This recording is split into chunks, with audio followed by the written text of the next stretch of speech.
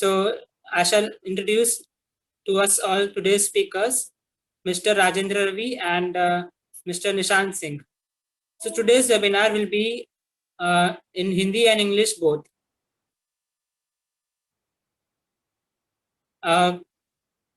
Rajendra and Nishant, sir, is your camera working?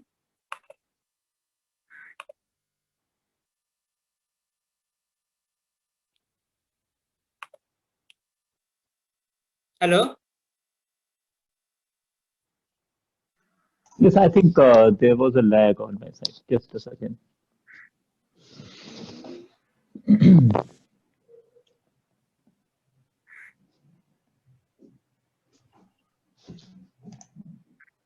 Yeah, is it working now? Yes, yes. Okay, thank you. What about Rajendra ji? मेरी आवाज आ रही है क्या? हाँ हाँ, आवाज आ रही है. आपका कैमरा चालू नहीं हुआ है. ठीक है. हाँ हाँ, ठीक है, हम शुरुआत करते हैं. हाँ, करिए. Rajendra Ravi is the founding member and the current program coordinator of People's Resource Center. He has been conducting research on the intersection of urban politics and sustainability for more than 3 decades. He is the director of Institute for Democracy and Sustainability, convener of National Alliance of People's Movements, and a founding member of Sustainable Urban Mobility Network, Samnet India, and author of several books, including the widely acclaimed The Saga of Rickshaw. He has been a regular columnist in prestigious newspapers and magazines, and his writings have been published in journals like Economic and Political Weekly. Rajendra Ravi शहरी मुद्दे के विशेषज्ञ हैं तथा विगत कई दशकों से शहरी परिवहन, जीविकोपार्जन, शहरी कृषि और जलवायु परिवर्तन पर शोध लेखन करते रहे हैं. ये इंस्टीट्यूट ऑफ डेमोक्रेसी एवं सस्टेनेबिलिटी जन संसाधन केंद्र समनेट इंडिया से जुड़े हैं. And now about Nishant. Nishant is associated with People's Resource Center, a civil society organization bringing social transformation through systematic alternatives. He is currently a PhD candidate at IIT Delhi and aspires to bring radical changes in the conception and functioning of cities in India. Nishant People's Resource Center से नाम की संस्था से जुड़े हुए है और सामाजिक परिवर्तन लाना चाहते हैं और ये फिलहाल आईआईटी दिल्ली में पीएचडी के छात्र हैं और भारत के शहरों की संकल्पना और उनके चलन में परिवर्तन लाना चाहते हैं.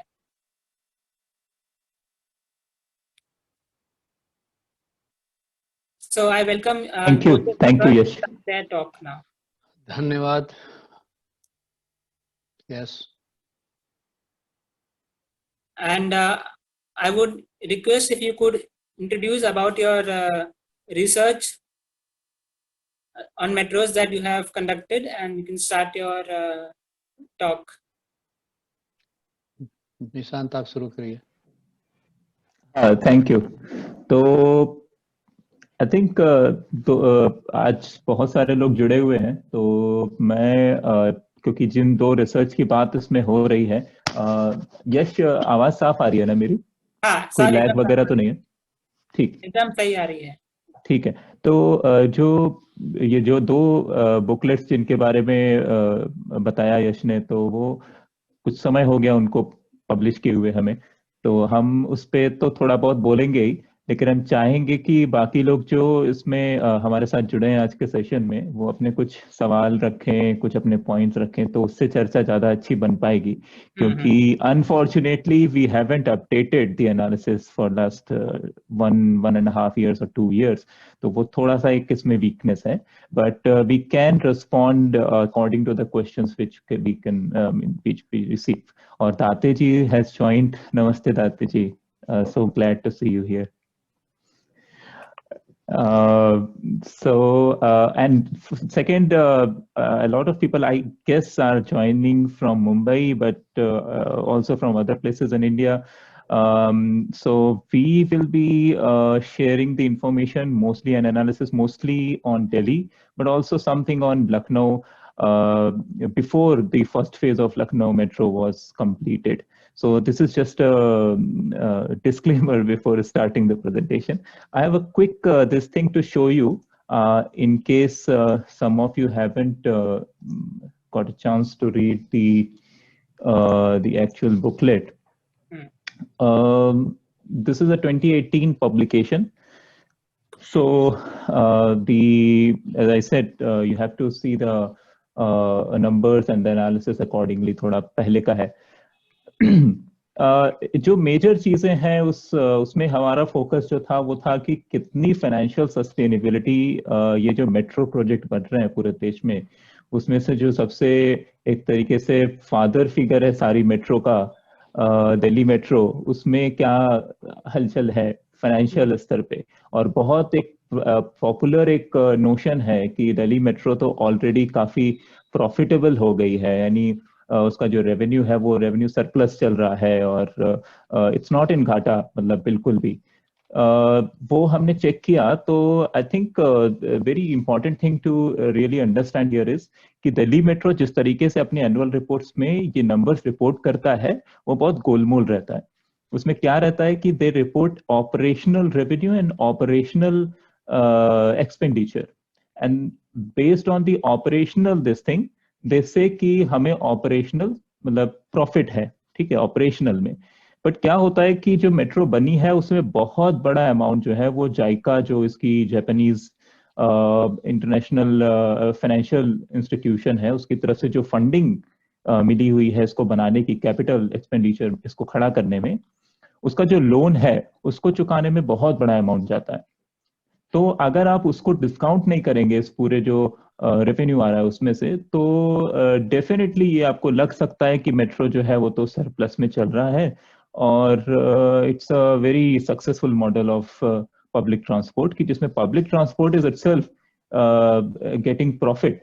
दुनिया में ऐसा कोई पब्लिक ट्रांसपोर्ट मिलना मुश्किल रहता है जहाँ पे प्रॉफिट बना रहा हो पब्लिक ट्रांसपोर्ट, और ना ही उसका कोई ऐसा आइडिया रहता है. We don't create public transport for profit, we build public transport for everyone's universal accessibility, जिसको कहते हैं कि सब लोग उसमें सफर कर सकें. But here if you see, this is not the thing. And interestingly, much of what we see in all the phases which were built for Delhi Metro, उसमें सब में जाइका का लोन एक more than 50% उसका हिस्सा रहा और उसके बनाने में जो एक फाइनेंशियल जो उसमें मदद मिली. And second important thing is from the government equity, वो पूरा सेंट्रल गवर्नमेंट का नहीं है, it's a 50-50 thing between the central and the state governments. तो हमारे यहाँ क्या है कि सेंट्रल गवर्नमेंट तो फिर भी काफी थोड़ा बहुत उसके पास जेब में पैसा रहता है. स्टेट गवर्नमेंट्स जो हैं उनके पास तो बहुत मुश्किल रहता है एक तरीके से फाइनेंशियल इतना बड़े प्रोजेक्ट्स को के लिए पैसा निकाल पाना और इसको प्रायोरिटी पे रखना itself is a very miscalculated and misplaced welfare priority. So it's also something that we need to understand. And तीसरा जो इसमें ग्रीन कलर का जो आपको दिख रहा है वो है प्रॉपर्टी डेवलपमेंट. ये बड़ा इंटरेस्टिंग है क्योंकि दिल्ली मेट्रो जब बन रहा था तो उन्होंने कहा कि हम बहुत बड़ा हिस्सा जो है वो प्रॉपर्टी और रियल एस्टेट डेवलपमेंट जो उसके आसपास की लैंड वैल्यू है उसको कैप्चर करेंगे, यानी जो उन जमीनों पे जो भी चीजें होती थी वो वैल्यू जनरेट करने का पोटेंशियल उनका बहुत ज्यादा है बट वो करती नहीं है, तो वहां पे हम करेंगे. तो कैसे करेंगे? तो उसमें मॉल बनाया, उसमें ऐसी चीजें जो हाई राइज अपार्टमेंट्स वगैरह, तो that was suppose to create a lot of revenue for मतलब for the DMRC Delhi metro. But that is also very, that hasn't increased over the years or over the phases, if you see. तो ये भी एक interesting चीज है. दूसरा, अगर यहाँ पे देखें कि ऑपरेशंस के जरिए जो पैसा आ रहा है, that is in green, that has remained, I mean, almost constant after like 2013 or 2014.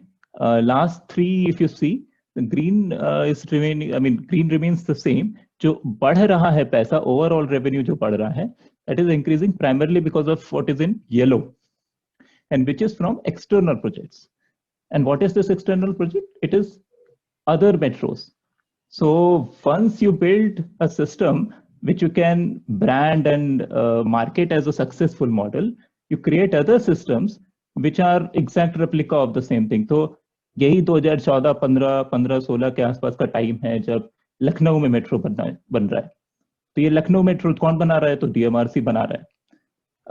और जगह के भी मेट्रो में इसी तरीके से डीएमआरसी कंसल्टेंट है. So that is coming, I mean, that is appearing here in this graph as a major component of revenue. And third thing, as I said, कि ये जो notion है कि profit making है, that is also something we need to very carefully bust. Because first of all, we should not argue that this is an appropriate argument कि public transport को profit making होना चाहिए. But when you say कि profit making है इसलिए successful है, इसमें दो levels पे problem है. एक तो ये कि एक तरीके से जरूरत नहीं है profit बनाने का, और दूसरा profit बना भी नहीं रहा है. So if you actually calculate the annual profit, not just the operational profit, it is very, it's consistently over its whole life, it has never been in profit. And why? That is because of the huge loan का जो interest जो pay करना है, that is something. And a lot of times, for example, even in the bullet train case, if you listen to the arguments जो government की तरफ से आते हैं या मेगा प्रोजेक्ट्स को पुश करने वालों की तरफ से आते हैं, जिससे कि मतलब बहुत ही नॉमिनल अमाउंट है, इंटरेस्ट रेट है. So even in this case 1.8% is the interest rate. अब वो भी इतने बड़े अमाउंट के कारण इतना बड़ा हो जाता है रीपे करने में कि then you can not come out of this trap. You cannot get a this kind of balance situation. तो वो ये भी एक important example है दिल्ली के केस से. Anyway, as I said कि ये कुछ चीजें हैं जो highlights हैं उसमें से जो हमने उस समय पे argue किया था, और इसका link probably हमारे तरफ से हमारे साथियों में से किसी ने डाल दिया होगा. इसमें इसको और डिटेल में जो लोग पढ़ना चाहें उसमें पढ़ सकते हैं. दूसरा एक लखनऊ के बारे में जो बात करनी थी, बहुत छोटे में बोलता हूँ कि हमने ये 2019 के समय पे हमने लखनऊ में विजिट किया और बात किया ऐसे लोगों से जो पहला तो लखनऊ मेट्रो के कारण डिस्प्लेस हुए थे, या मतलब जिनको एक तो लैंड का जमीन का जो मुआवजा रहता है वो, या फिर जो टूट फूट होती है मेट्रो बनाने के समय पे किसी के घर पे या जो उनकी जमीन है उस पे, तो उसके मुआवजे, तो ये सब कोई मिले नहीं है लोगों को. ये तब था जबकि लगभग 20 किलोमीटर की ट्रैक पूरी होने वाली थी मेट्रो की. तो ये जो इश्यू है ये मेरा ख्याल है कि किसी भी बड़ी परियोजना में हमेशा ही रहता है. जिनको नुकसान पहुंचता है उनको पूरा मुआवजा मिलने में मतलब 10 साल भी बीत सकते हैं और वो घूमते रहते हैं. दूसरा रहता है कि जो ऐसी जमीनें जरूर उस रूट पे आइडेंटिफाई की जाती हैं जो कि जिनके जो जमीन के ओनरशिप है वो कंटेंशियस हो, मतलब वो प्राइवेट ओनरशिप ना हो, वो या तो पब्लिक लैंड हो या ऐसी पब्लिक लैंड हो जिसकी लीज पर हो, जो बहुत पुराना एक कोई समय रहा हो जिसमें गवर्नमेंट ने लीज पे दिया हो किसी एंटिटी को, और वो ओवर द टाइम उसके इशू मतलब वो क्लियर नहीं रह गया हो कि किसकी ओनरशिप है. तो ऐसी जमीनों को जरूर तौर से मेट्रो एक तरीका है जिसमें आप रूट को इस तरीके से डिमार्केट करते कि वो जमीनें आपके कब्जे में वापस आ जाएं. और जैसा कि मैंने कहा कि वो लैंड वैल्यू जो कैप्चर है वो मेट्रो पॉलिसी का एक अहम हिस्सा है. इनफैक्ट हमारे पर्सनल बातचीत जो मेट्रो के ऑफिशियल्स या इंडियन ये जो MOUD है हमारा हुआ है अभी, तो उनके जो मतलब मिनिस्ट्री में बैठने वाले जो सेक्रेटरीज वगैरह हैं, उनके तरफ से हमें यह समझ में आया कि जो मेन मुद्दा है मेट्रो का मिनिस्ट्री की तरफ से, वो लैंड वैल्यू कैप्चर का ही है। तो ये बड़ा मसला है, हमें देखना चाहिए कि जहां पे भी प्रोजेक्ट्स आ रहे हैं वहां कौन सी जमीनें आइडेंटिफाइड हैं जहां से रूट जाने हैं, और उससे काफी हमें समझ में आएगा कि ये प्रोजेक्ट्स क्यों हो रहे हैं। तीसरा है कि ये जब मेट्रो आता है तो कौन सी चीजों को क्या कहते हैं खत्म करते हुए जाता है। जैसे लखनऊ में मोस्टली जो लोग हैं वो 5 किलोमीटर से कम दूरी के लिए सफर करते हैं, कहीं पर जाते हैं। काम पर भी जाने के लिए ज्यादातर लोग 5 से 10 किलोमीटर या इसके अंदर ही अंदर जाना, ज्यादा दूर नहीं जाना होता है। और हमारे जो छोटे शहर हैं, इवन दिल्ली में भी और मेरे ख्याल से मुंबई में भी, काम पर जाने की जो दूरी है वो बहुत छोटी छोटी है, और बाकी चीजों के लिए भी। तो इतने छोटे सफर के लिए हम लोग जो लेते हैं वो लेते हैं या तो ऑटो, टेम्पो, टैक्सी। दिल्ली में आरटीवी है, ग्रामीण सेवा है। मुंबई में इस तरीके से काली पीली चलती थी, या जो भी और तरीके की सेवाएं हैं। बस है मुंबई में बड़ा साधन, सबर्बन रेल है। तो लखनऊ में हमने देखा कि ई रिक्शा जिसको कहते हैं, तो इलेक्ट्रिक रिक्शा काफी संख्या में आ गए थे। वो भी गवर्नमेंट एक पॉलिसी के तरीके से ही पुश किए गए थे कि वो लिए जाएं, लोग चलाएं, और उसके लिए लाइसेंस भी नहीं चाहिए एंड ऑल दैट। तो वो काफी लोग चला रहे थे उसको लखनऊ में। जब मेट्रो बनने लगी और मेट्रो को राइडरशिप नहीं मिली, तो उन्होंने क्या किया कि जहां पे भी रूट पे ई रिक्शा चलते थे वहां पे उनको हटा दिया। तो यानी कि अगर और उसी तरीके से कोशिश ये थी कि टेम्पो जो चलते हैं वहां पर उनको बंद कर दिया जाए, या और तरीके के जो साधन है, जो एग्जिस्टिंग पब्लिक ट्रांसपोर्ट था ऐसे शहरों का, उसको बंद कर दिया जाए, खत्म कर दिया जाए। दिल्ली के केस में बसों को उन रूट से बहुत कम कर दिया गया जिन रूट पे मेट्रो चलती थी, ये कह के कि मेट्रो तो चल ही रही है तो बसों को दूसरी जगह पे लगा दिया जाए। तो ये भी एक चीज देखने की है कि मेट्रो जब आती है तो एग्जिस्टिंग पब्लिक ट्रांसपोर्ट, चाहे वो बस हो, मेट्रो हो, ई रिक्शा हो, साइकिल रिक्शा हो, इन सबको खत्म भी करती है। और साथ में एक और चीज बड़ी देखने की है जो अभी बढ़ती हुई दिख रही है, दिल्ली के केस से लेते हुए देख सकते हैं कि मेट्रो ने क्या किया कि दिल्ली को फैलाया, उसको आसान बनाया कि वो गुड़गांव, नोएडा, फरीदाबाद से लेकर सुदूर किनारे के इलाके जो हैं दिल्ली के, उन सबको, और सबर्बन जो सैटेलाइट टाउन्स हैं इसके, उन सबको एक तरीके से बहुत नजदीक ले आए समय के मामले में। तो ये जो डिस्टेंस को एक तरीके से खत्म करना स्पीड के जरिए या इस तरीके की कनेक्टिविटी के जरिए, वो अब एक 2.0 यानी एक एडवांस स्टेज पे जाने वाला है, with all the regional rapid transit systems which are coming in. तो दिल्ली से मेरठ का बन रहा है, दिल्ली से अलवर का बनेगा, दिल्ली से पानीपत का बन रहा है, और पता नहीं कहाँ का।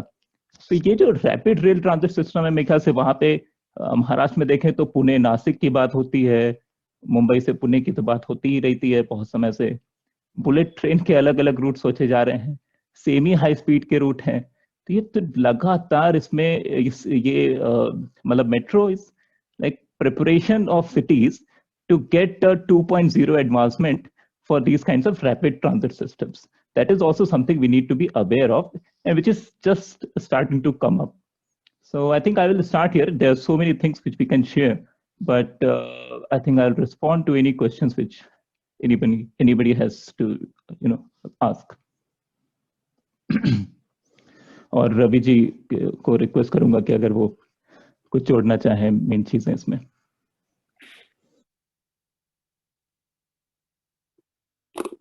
तो यस, क्या फॉर्मेट है? दोनों को बोलने के बाद क्वेश्चन आंसर है या क्वेश्चन आंसर के बाद बोलना है? आवाज आ रही है? हाँ, आवाज आ रही है। आपको अभी कुछ जोड़ना है कि हम लोग प्रश्न ले अभी? ये तो आपको तय करना है। मेरे को लगता है कि अगर बातें आ जाए कंप्लीट तो फिर प्रश्न उत्तर हो तो ज्यादा बेहतर है। अभी तक प्रश्न आए नहीं है ऑडियंस से। ऑडियंस अभी भी सोच में लगी हुई है, समझने की कोशिश कर रही है। तो हाँ, बताइए। एक प्रश्न आया था, मैं आपसे पूछता हूँ जरा। ये ईमेल में आया था ये प्रश्न। दिल्ली मेट्रो के बारे में लिखा है शायद ये कि how many trees are cut and how did it impact the lives of people living in the nearby villages. क्या दिल्ली मेट्रो के लिए ट्री कटिंग हुई थी, उसका क्या इम्पैक्ट था? मैं बोलूं? बोलिए। यहीं से शुरुआत करता हूं। देखिए, दिल्ली मेट्रो जो है एक मॉडल है जो पूरे देश को आकर्षित करने के लिए बनाया गया है, और यह उस समय शुरुआत हुई जब उसके पहले सुप्रीम कोर्ट जो है पॉल्यूशन के सवाल पे काफ़ी जजमेंट दे चुके थे, और उसके पहले ही सीएनजी वगैरह इंट्रोड्यूस हुआ था, और बस और ऑटो और टैक्सी जो भी डीजल से चलने वाले थे और 15 साल पुराने थे, इन सबको सड़कों से हटाया गया था। तो उस संदर्भ में अगर आप देखें तो मेट्रो ने क्या रोल अदा किया। हम लोग मेट्रो के बनने के शुरुआत से दिल्ली के ट्रांसपोर्ट और मीडिया को मॉनिटर कर रहे थे।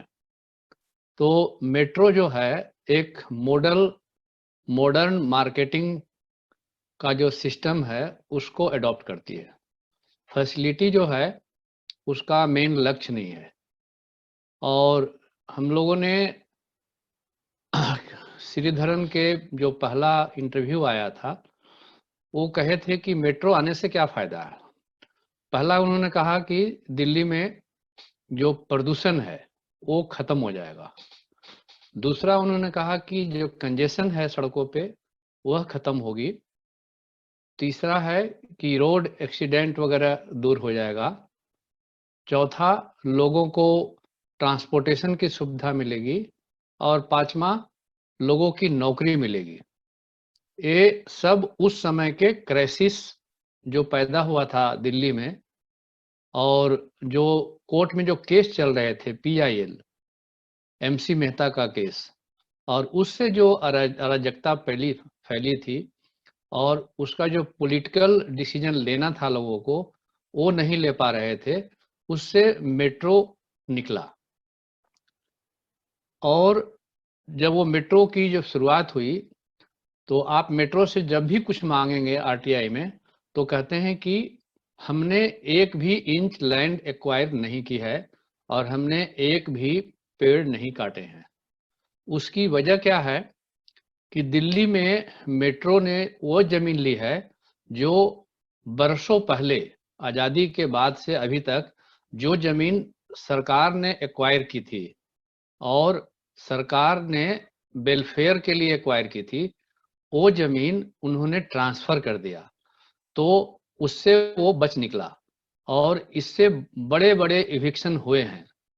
जो वही लोग दिल्ली से परिचित हैं उनको मालूम है, जिसका उदाहरण मैं आपको देता हूँ। दिल्ली यूनिवर्सिटी नॉर्थ कैंपस, वहाँ पे लगभग 10,000 घर थे गरीबों का, उसको कहते थे मजनू का टीला, और उसको एक ही रात में जो है उजाड़ दिया गया। लेकिन उसकी पूरी जिम्मेवारी जो है दिल्ली म्युनिसिपल कॉरपोरेशन पे डाली गई, क्योंकि वह ज़मीन जो है दिल्ली म्युनिसिपल कॉरपोरेशन की थी। और मेट्रो ने कहा कि मेरा उससे कुछ लेना देना नहीं है, क्योंकि ये ज़मीन हमको सरकार ने दिया है। अगर आपके पास कोई सवाल है तो आप सरकार से पूछिए। और इनको वहाँ से उजाड़ करके 40 किलोमीटर दूर, जो आजकल बहुत चर्चा में है, आप लोग को उसी हिसाब से बताता हूँ।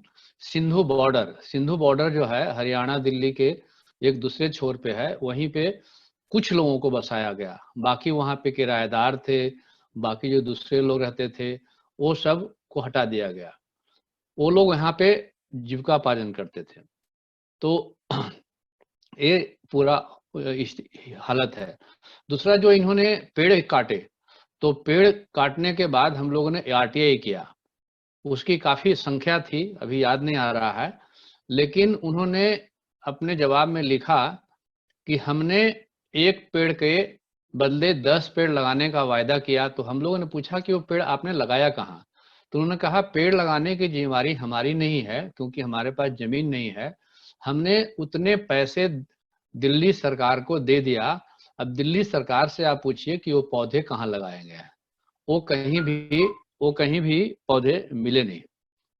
और इविक्शन और पर्यावरण के जो इशू मैंने बताया आपको, वो ये है। दूसरा कि इनकी पॉलिटिक्स बहुत ही कहते हैं विजुअल और अनविजुअल है, कि आपको पता नहीं लगेगा। सबसे पहले तो ये क्या करते हैं कि बैरिकेड लगा देते हैं बनाने के पहले। इन्होंने एक अलग किस्म की कल्चर डेवलप किया है, और वो क्या है सेफ्टी के नाम पे, कि जहाँ पे भी ये करेंगे कंस्ट्रक्शन तो चारों तरफ जो है घेराबंदी कर लेंगे, और जो भी चीजें हैं उसको ले आएंगे, और दिन के उजाले में वो नहीं काटते हैं, वो रात के उजाले में काटते हैं, जिससे कि किसी को पता नहीं लगता है। और चूंकि वो बम्बई की तरह यहाँ मैसिव नहीं हुआ है, मतलब मैसिव का मतलब जैसे आर्य कॉलोनी है, वहां पे हुआ तो हंगामा हुआ, तो यहाँ इस तरह के नहीं हुए हैं। लेकिन सड़कों के बीच में जितने ट्रैक बने हैं मेट्रो के, वहाँ के जो पहले से 30 साल 40 साल जो लगाए गए थे, वो सब खत्म हो गया है, वो लोगों के नज़र से गूंज हो गया है। अब मैं जो आपको जो पहले बताया कि 5 जो वादे किए थे, उसका क्या हुआ? इनका कुल लक्ष्य जो था, शुरू में इन्होंने अनाउंस किया था कि हम दिल्ली में 420 किलोमीटर मेट्रो बनाएंगे अलग अलग फेजेज में, और इससे जो है समस्या का समाधान हो जाएगा। लेकिन हम लोगों ने देखा कि मेट्रो के बनने के बाद जो जो उनके वादे थे, वो वादे कहीं पूरा हुआ नहीं दिखते हैं, क्योंकि गाड़ियों की संख्या लगातार बढ़ रही है। पॉल्यूशन की हालत ऐसी हो गई कि साल में जब भी जाड़े का मौसम आता है, तो यहाँ के हवाओं में जो है धूल और दूषित आने लगता है। लेकिन ये पूरे के पूरे कह देते हैं कि ये किसानों के जो फसल का जलाने का जो चक्र है वो है। तीसरा, जो इन्होंने वादा किया था कि हम नौकरी देंगे, तो आपको मालूम है कि इनके जितने भी विंडो बने थे टिकट लेने के, वो सब विंडो बंद हो गए, कोई विंडो खुला हुआ नहीं है, और टोटल मैकेनाइजेशन हो चुका है। आदमी की जगह पे इनके पास मशीनें काम करती है, इसलिए नौकरियां जो दे सकते थे वो भी सब खत्म हो गया। चौथा जो है कि गाड़ियों की संख्या, पोल्यूशन पोल्यूशन एक तो गाड़ियों की संख्या बढ़ी है और उससे पोल्यूशन होता है। दूसरा यह है कि इन्होंने 24/7 जो बैकअप लिया है डीजल सेट से, इनका जो साइलेंट जेन सेट चलता है, और चूंकि ये 24/7 एसी चलाते हैं, तो इसलिए अब आपको पता ही लगता है कि जो साइलेंट जनरेटर है वो कब धुआं निकलता है और कब वो बंद होता है, क्योंकि वो आपको कानों में आवाज नहीं जाती है। सुप्रीम कोर्ट ने एक ऑर्डर पास किया था जेनसेट के खिलाफ कि जेनसेट चलने से धुआं होता है और आवाज आती है। तो कंपनियों ने इसके लिए उपाय निकाल लिया कि हम ऐसा जेनसेट बनाएंगे जिसमें आवाज ही नहीं होगा, तो आवाज नहीं आता है और उसका इस्तेमाल ये लोग खूब करते हैं। तो एक कुल जो इनके 5 वादे हैं उसमें कोई फुलफिल नहीं किया है। अगले पॉइंट पे मैं आता हूं कि दिल्ली में जो दिल्ली की जो घेराबंदी है, दिल्ली का जो नक्शा है, उस नक्शे में यहाँ 33,000 किलोमीटर सड़कें हैं, और इन्होंने जो वादा किया था वो 420 किलोमीटर मेट्रो का बनाया था। तो एक साधारण इंसान जो पढ़ा लिखा नहीं है, वो भी जानना चाहेगा कि जब सड़कें 33,000 किलोमीटर है, तो वो तो ऐसे ही नहीं बनाया गया है, वो जरूरत हुई होगी तब बनाई गई है, उस पर लोग चलते हैं, आते हैं, जाते हैं। तो 33,000 किलोमीटर से लोग कैसे सिमट जाएंगे 420 किलोमीटर में? तो ये निश्चित है कि यह जो सुविधा है उसका विकल्प नहीं हो सकता, सड़क का विकल्प जो है मेट्रो नहीं हो सकता। दूसरा मिथक इन्होंने क्रिएट किया है कि इन्होंने मीडिया के साथ काफी टाई किया हुआ है। इनकी जो सबसे बड़ा जो हथियार है वो है कि आउटरीच से बहुत करते हैं। इनका जो अनुज दयाल जो हैं वो शुरू से ही मीडिया को देखते हैं, और मीडिया को सिर्फ पत्रकारों से डील नहीं करते हैं, वो मीडिया हाउस से डील करते हैं। अगर कोई न्यूज उनके खिलाफ आता है तो सीधे उनके मालिक के यहाँ इनका फोन जाता है और उनकी नौकरी चली जाती है। तो एक तो इस तरह से व्यवहार करते हैं, और दूसरा जो है मीडिया में ऐसी कोई ट्रेनिंग नहीं है कि अर्बन ट्रांसपोर्ट को कैसे हैंडल करना है, अर्बन ट्रांसपोर्ट इशू को कैसे देखना है। तो इस वजह से भी वो रिपोर्टिंग ठीक से नहीं करते हैं।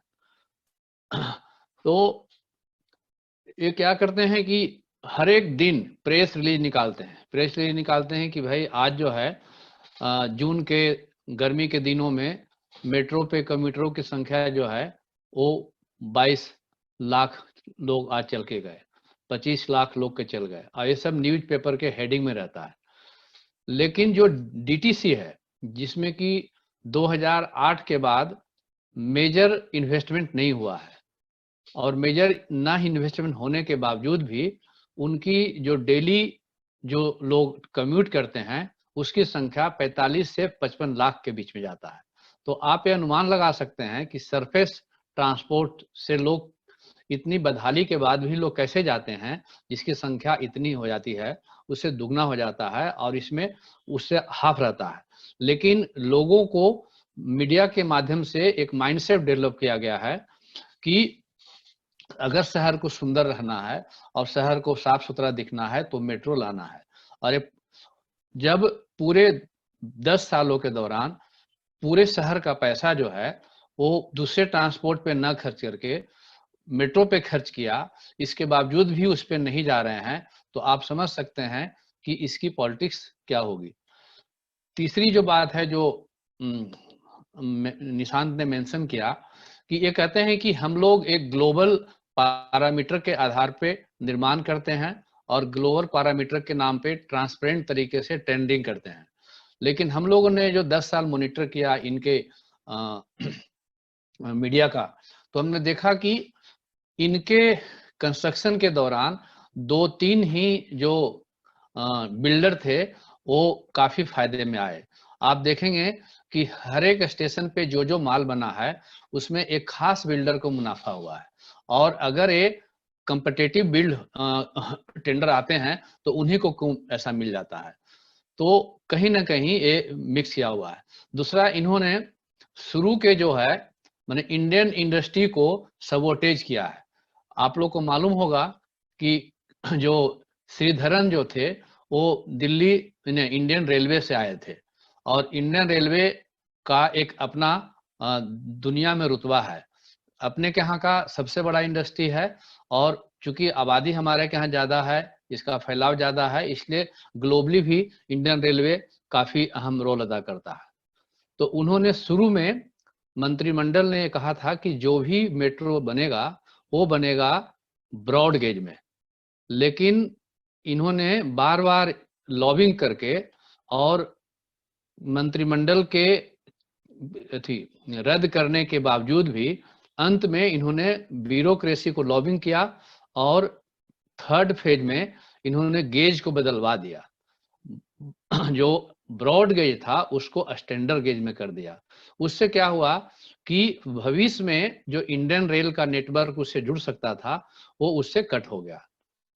अब उन्होंने कहा कि स्टैंडर्ड गेज जो हमने बनाया है वो स्टैंडर्ड गेज जो है ग्लोबल जो पैरामीटर है उसको मीट कर रहे हैं। भाई ग्लोबल पैरामीटर हमारे अगर पैरामीटर से नहीं जुड़ता है तो हमको उससे जुड़ने की क्या जरूरत है।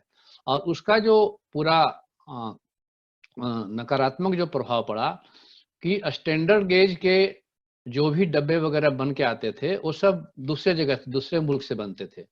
पहले खेप में जो मेट्रो के बोगी बनी वो भारत अर्थ मूवर ने बनाया था, और वो अभी भी खूब अच्छे से चल रहा है। काफी हमारी वो जो फैक्ट्री है वो जिसको कहते हैं कि जो PSU का जो क्या कहते हैं जो सबसे टॉप कंपनियां हैं वो है, वहां से निकाल करके इन्होंने बॉम्बार्डियर को दिया, और बॉम्बार्डियर जो बनाता है वो सब कुछ उससे बनाता है क्या कहते हैं ऑटोमेटिक रोबोट के माध्यम से। तो जहां जहां नौकरी मिलने के स्रोत थे, जहां जहां इंडियन इंडस्ट्री को फायदा होने वाला था वो सबको इन्होंने ध्वस्त कर दिया। तो लोग ये कहते हैं कि श्रीधरन बहुत ईमानदार थे। ईमानदार किस मायने में थे? वो सिर्फ पैसा नहीं लेते थे, घूस नहीं लेते थे, लेकिन उन्होंने जो जो नीतियों पे साइन किया वो सबसे देश का नाश हो गया। ठीक है, और अब मेट्रो जो है एक पॉलिटिकल एजेंडा है, क्योंकि जो हमारी पॉलिटिकल डिसीजन होता है उसमें छोटे छोटे चीजों को ख्याल नहीं रखा जाता है कि जैसे आपको पैदल चलने की जरूरत है, तो इसमें क्या है कि क्लास पॉलिटिक्स है। सड़कें जो है उस पर अगर आप पैदल चलने वालों को रास्ता देंगे तो उसमें लोगों को लगता है, कार वालों को, कि भाई ये हमारे कारों की जगह को ये गरीब गुरबा को दे रहे हैं, ये जो हमारे के यहाँ नौकर हैं, हमारे के यहाँ ड्राइवर हैं, हमारे के यहाँ जो बाई काम करती है, उसके लिए तो हमारे ही सड़कों से जो है जगह निकाल के दे रहे हैं। इसीलिए मेट्रो भारतीय एलिट क्लास के मानसिकता को जो है बनाए रखती है, उसका हित को बनाए रखती है, क्योंकि मेट्रो कभी भी सड़क पे नहीं बनाई गई है। मेट्रो या तो अंडरग्राउंड जाएगी या ओवरग्राउंड जाएगी। तो उससे क्या है कि जो सड़क की जो पॉलिटिक्स है, जो रीडिस्ट्रीब्यूशन होना था राइट टू वॉक के लिए, राइट टू मोबिलिटी के लिए, वो उसका बचा का बचा रह जाता है। उसकी पार्किंग वहां जाती है, उसका जो है पूरा जमीन पे कब्जा होता है। इसीलिए मेट्रो के साथ खड़े होने वाले जो लोग थे, उसमें दो तरह के लोग थे। एक तो वो थे जो सड़क पे गाड़ियां चलाते थे और जो कभी मेट्रो पे आते नहीं है। दूसरा वो थे जो सबसे गरीब थे, जिनको ये समझाया गया मीडिया के माध्यम से कि अगर आपके शहर में, आप जिस शहर में रहते हैं, वहां अगर मेट्रो चलेगा तो वो शहर वर्ल्ड क्लास सिटी होगा। तो ये जो मिथक जो क्रिएट गया, वो ग्रुप, और जो रियल में जमीन को ग्रैब करने वाले हैं वो ग्रुप, ये दोनों मेट्रो के फेवर वाले लोग थे। इसमें जो राइट टू मोबिलिटी है, उसका जो स्ट्रक्चरल जो चेंज हुआ, मैंने सड़क का जो रीडिजाइन हुआ जहां जहां मेट्रो गई, तो उसमें जो वॉकेबिलिटी वाले जो इशू है, जो साइकिलिंग का इशू है, जो रिक्शे का है, ऑटो का है, ये सब जो सवाल है, इसको बहुत ही स्ट्रक्चरल तरीके से हटा दिया गया। जब मेट्रो चली और मेट्रो पे सवारी नहीं आने लगी, तो इन्होंने क्या किया कि सरकार से कह करके कि भाई अगर आप बसों का रूट अगर खत्म नहीं करोगे तो मजबूरी में लोग नहीं आएंगे। तो इन्होंने धड़ाधड़ जो है बसों का रूट जो है खत्म कर दिया, और जिससे जो है गरीब, उसमें दो तीन तरह के लोग हुए। एक तो गरीब लोग जो है उनकी मोबिलिटी की राइट जो है खत्म हो गई, और जो लोग अफोर्ड नहीं कर सकते थे, लेकिन ऑटोमोबाइल्स व्हीकल्स के जो लॉबी है, जो बैंक के साथ जुड़ी हुई है, उन्होंने, बैंक ने अपने दरवाजे खोल दिए कि पैदल आइए और मोटरसाइकिल ले जाइए, कार ले जाइए। तो एक तरफ जब बंद हुआ तो दिल्ली में मेट्रो के बढ़ने के बाद आप देखेंगे कि टू व्हीलर की संख्या भी खूब बढ़ी है, कारों के अलावा भी। तो ये पूरी की पूरी पॉलिटिक्स जो है वो है कि कैसे हम कारपोरेट सेक्टर को इसमें लेकर के आए, चाहे पर्यावरण का नाश हो जाए, चाहे लोगों की मोबिलिटी मिले या ना मिले। और लोग जो हैं अब धीरे धीरे जो है वो अपने एक ही इलाके में घूमते हैं, या फिर उनका समय जो है बहुत देर यात्रा करने में लगता है, उनका पैसा भी लगता है। जो निशांत ने मेंशन किया कि दुनिया में कहीं भी जो सर्विसेज है, सोशल जो सर्विसेज है, वो प्रॉफिट मेकिंग नहीं है, और मेट्रो ने अपना जो लक्ष्य रखा है वो प्रॉफिट बनाने का है। वो बना रही है नहीं बना रही है वो अलग विषय है, जिसके बारे में निशांत ने बताया है। लेकिन वो हर तरह की सब्सिडी लेती है मेट्रो। वो सब्सिडी लेती है, जो वहां से बाहर से सामान आता है उस पर टैक्स नहीं देते हैं, वो म्युनिसिपल टैक्स नहीं देते हैं, वो बिजली विभाग से सस्ते वो लेते हैं बिजली। वो जो है जमीन जो लिया है, वो पहले से लिया हुआ सरकारी जमीन जो है उसको बिल्कुल जीरो लीज पे ले लिया है, तो उनको कोई टैक्स नहीं देना पड़ता है। लेकिन वेलफेयर के नाम पे वो किसी को भी फ्री नहीं देते हैं। जबकि दिल्ली बस जो है वह हर वर्ग के लिए, महिलाओं को फ्री करने से पहले ही बुजुर्गों को, हैंडीकैप्ड को और छात्रों को, इन सबको वो लगभग फ्री देती थी। 3 महीने का पास लगभग 40 रुपए में मिलते थे, जो अभी भी कंटिन्यू है, और उसको इन्होंने खत्म करा दिया। और वो कहते हैं कि भाई हम तो ये नहीं दे सकते, क्योंकि यूज अगर आप नहीं दे सकते हो पूरा पैसा तो वर्ल्ड क्लास ट्रांसपोर्ट नहीं आ सकता। फिर इन्होंने एक ऐसा मैकेनाइज, चूंकि पॉलिटिक्स में होता है कि जब भी आप फेयर हाइक करेंगे तो एक पॉलिटिकल इशू बनेगा, जो 2-3 साल पहले बना था। तो इन्होंने उससे बचने के लिए एक ऐसा सिस्टम डेवलप किया कि हर साल वो बढ़ता ही जाएगा, ऐसा उसके लिए मीटिंग करने की जरूरत नहीं है और लोगों को पता ही नहीं लगेगा। तो जो भी डिजिटल दुनिया का जो तौर तरीका अपनाया गया है वो पॉलिटिक्स को लोगों से दूर कर दिया है। मेट्रो इसका एक नमूना है और मेट्रो जो है अब हर जगह पे जो है आ रही है, जो छोटे शहर हैं वहां भी आ रही है। उसकी वजह क्या है कि वहां की सरकारें जो मोबिलिटी के जो साधन हैं जो सस्ते में हो सकते हैं, बसें हो सकती है, साइकिल रिक्शा हो सकता है, वो देने में अक्षम है। और देने में अक्षम है तो सबसे आसान होता है कि आप मेट्रो का लॉलीपॉप पकड़ा दीजिए और आप कह दीजिए कि देखिए हमने मेट्रो लाया, बाकी तो लाए नहीं। और मेट्रो में चूंकि बड़े डिग होता है, बड़ा खुदाई होती है, तो बड़ा पैसा मिलता है। सबको मालूम है कि पॉलिटिशियन और ठेकेदार दोनों में कितने नजदीकी संबंध है। तो इसलिए मेट्रो जो है हॉट केक है आज का। और बाकी जमीन वगैरह तो हर जगह ग्रैब कर ही रही है, प्रॉफिट में तो चल नहीं रही है। इसलिए मैंने जो बताया उसके बाद अगर और कोई सवाल होंगे तो फिर इस पे आगे चर्चा करेंगे। निशांत जी, और आपने दिल्ली के बारे में बात किया है, और निशांत जी ने आपकी जो किताब है राइडिंग ऑन डेट के बारे में बताया, पर जो दूसरी किताब है कंज्यूम्ड बाय डिमांड, उसके बारे में अगर आप दोनों थोड़ा बता सके तो अच्छा हो। हाँ, नहीं, असल में मैंने जो लखनऊ के बारे में बताया वो कंज्यूम बाय डिमांड से ही, जो एक्सपीरियंस थे उसमें से ही बताया। और क्योंकि वो जो हमने देखा, वो जो अभी राइडरशिप, एक्चुअल राइडरशिप के ऊपर हम क्लेम नहीं कर रहे हैं, क्योंकि वो इतनी पिटी स्टेट में है। मतलब आपको 10,000 भी डेली राइडरशिप नहीं है लखनऊ में, which is more than 1,000% less than what they had predicted and plan for. तो आपकी जो प्लानिंग है वो इतनी बड़ी मिसहैप है, उसके बारे में तो बात ही नहीं करें। हम देखें कि अगर जिस जिस योजना के तौर पे, जिस तरीके से सोची गई थी योजना, अगर उसी स्वरूप में आती या उसके नजदीक भी आती तो क्या होता। पहला कि और जो मोड हैं पब्लिक ट्रांसपोर्ट के जिनका इस्तेमाल लोग कर रहे हैं, उनमें इम्प्रूवमेंट तो छोड़िए, उनको किनारे कर दिया जाता, शहर से हटा दिया जाता।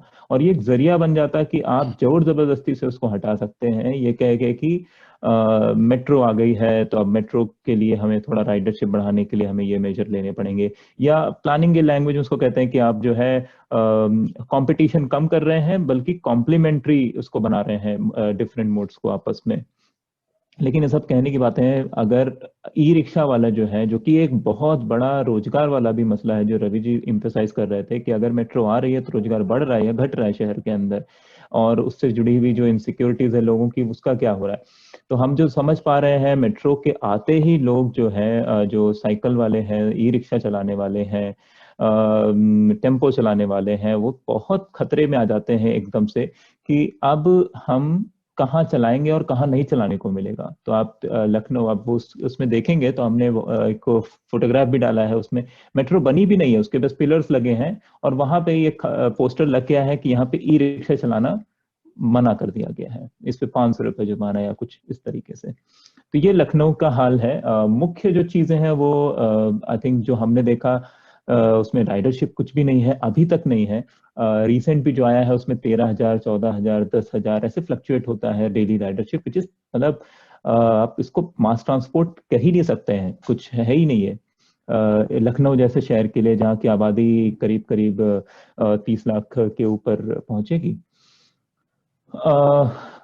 और मेरे ख्याल है कि जो दूसरा, हाँ, एक चीज मैं बहुत ज्यादा इस पे नहीं जाऊंगा कि शहरों के स्पेसिफिक, क्योंकि मेट्रो ऐसी चीज है इस तरीके से लाई जा रही है कि हर शहर में सिमिलर ही इम्पैक्ट पड़ने वाले हैं। अगर आप जैसा मैंने कहा कि उसके रूट को पहचानने की जरूरत है कि कौन सी जमीनें लेने की कोशिश है। जैसे आरए में भी रूट पे इतनी बहस कि यही रूट हम लेना है और इससे नहीं हटेंगे। ये सरकार की जिद जो थी वो इसलिए नहीं थी कि वो बहुत प्लानिंग के हिसाब से, मतलब बहुत बड़ा खर्चा बढ़ जाता है या पता नहीं क्या हो जाता है या मेट्रो बन ही नहीं पाती। जरूरत है कि वो जो जमीन है उसको ग्रैब कैसे कर लिया जाए और उसको पब्लिक इंटरेस्ट में दिखा के कैसे कर लिया जाए। सिमिलरली लखनऊ में भी ऐसा बहुत सारा हुआ है, और साथ में रियल एस्टेट डेवलपमेंट, जो हाई राइज बिल्डिंग बनी है दिल्ली में, सॉरी लखनऊ में, लखनऊ के सब अर्बन इलाकों में जो किनारे किनारे के हैं, उनको एक नए तरीके से मतलब एक पॉपुलेट करने के मकसद से किया गया, वो सारी खाली है। अब ये भी एक मसला है कि जो जो कोशिश है ये रियल एस्टेट डेवलपमेंट का मेट्रो के जरिए, यानी metro as a urban transformation instrument, वो हो नहीं रहा।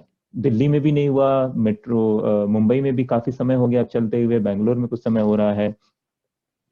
कहीं पर भी ये दिखता नहीं है कि आप उसके जरिए अर्बन ट्रांसफॉर्मेशन, जिस तरीके का उनका विजन है, वो ला पा रहे हैं और इकोनॉमी में बहुत बड़ा बूस्ट ला पा रहे हैं उसके जरिए। ऐसा नहीं हो रहा है।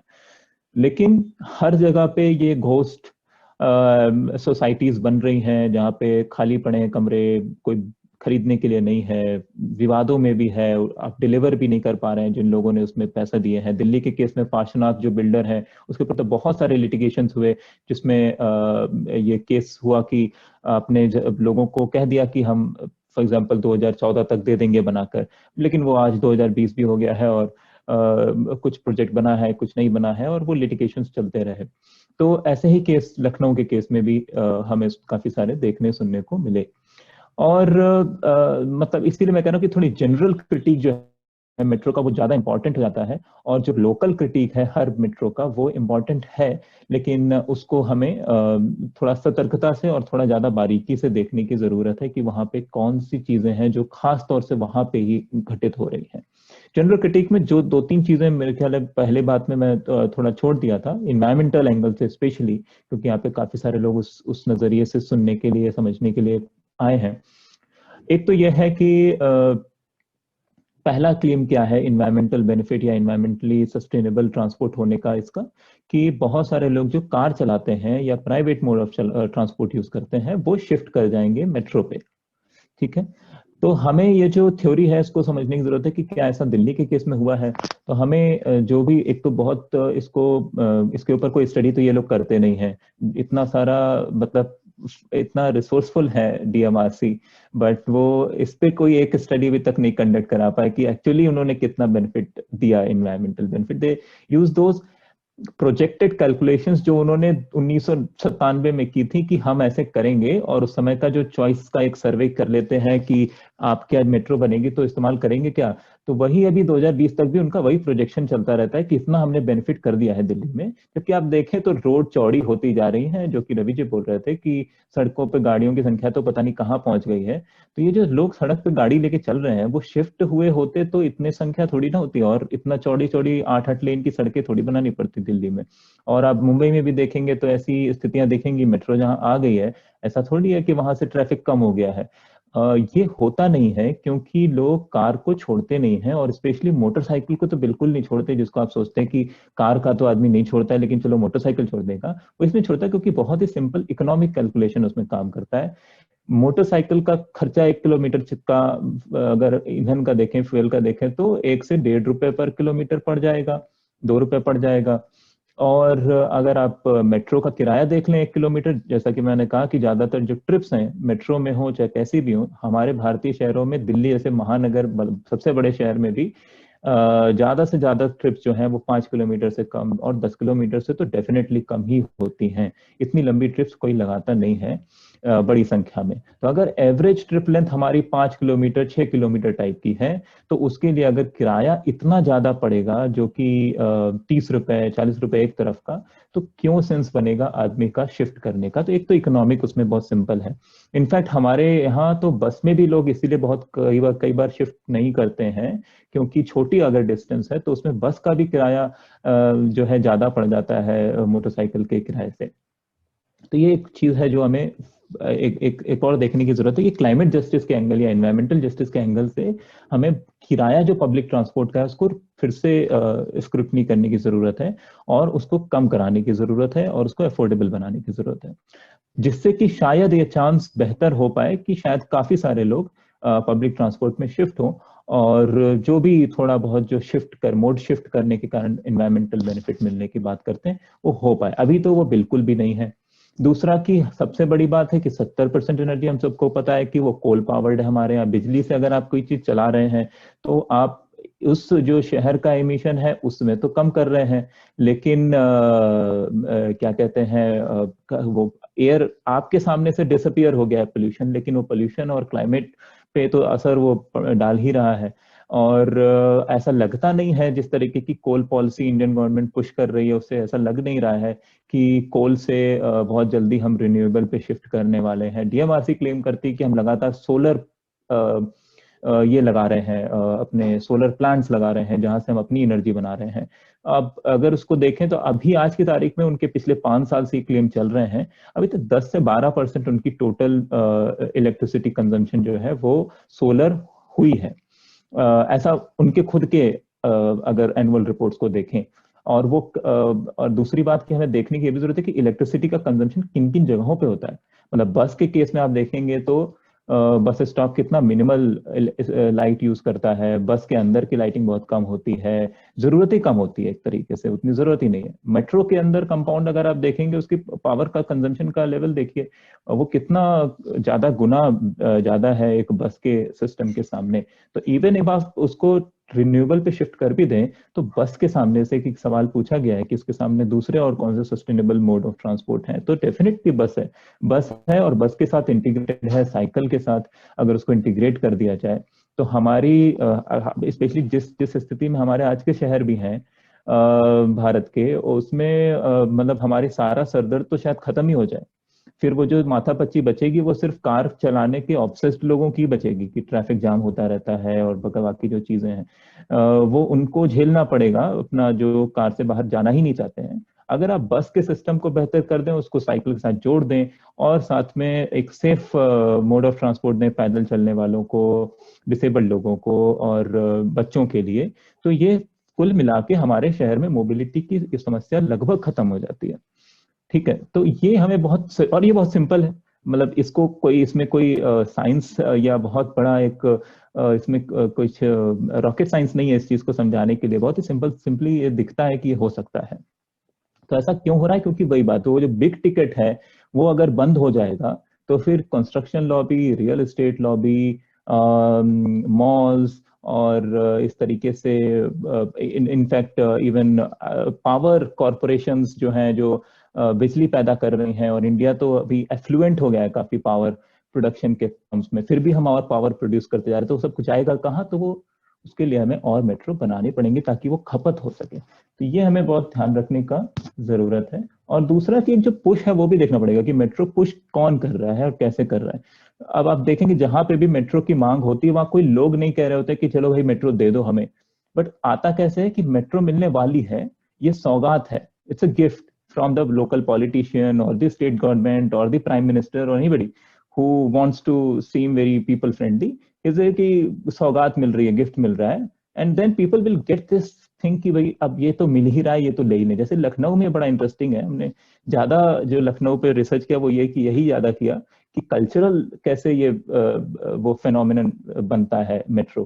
तो ज्यादातर लोग मेट्रो में चढ़े ही नहीं थे और चढ़ने का प्लान भी नहीं कर रहे हैं, मतलब चढ़ेंगे ही नहीं, ऐसा उनको जरूरत ही नहीं लग रहा है, लेकिन फिर भी कह रहे कि मेट्रो मिल गया, ये तो अच्छा है ना, कि कुछ नहीं मिल रहा है उससे अच्छा मेट्रो तो मिला है। मतलब nobody is giving us bus, but that's another thing, but at least metro is something we are getting. This is like that bullet train. I think the prime minister had said that about the bullet train that no one will travel in it, but we are getting it. We are becoming a developed country. Similar kind of thoughts. This is. Yes, I think this is the work of mass.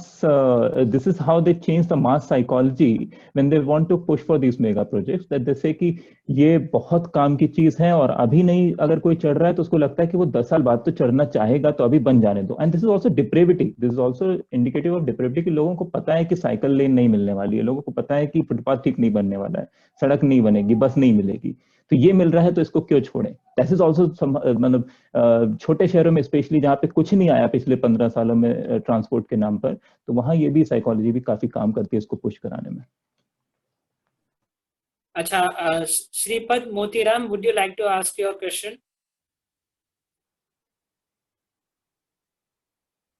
अच्छा यश, I was also thinking क्योंकि दाते जी हैं, so if he comments on something and shares his things, because I'll be very glad to learn things especially related to Mumbai and other places. Let us first do this question and then I'll come to Dateji. The question is, how has the law been changed to facilitate the process of constructing metros, whether it is about acquiring of land or cutting the trees or any other thing?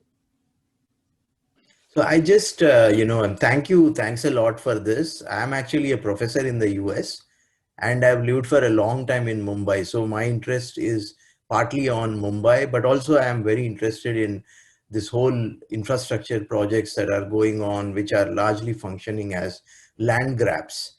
So I just, I think the law itself has been changed to facilitate this. So I just want to know, in your research, what did you find? How did the law, how was it modified to make this process easy?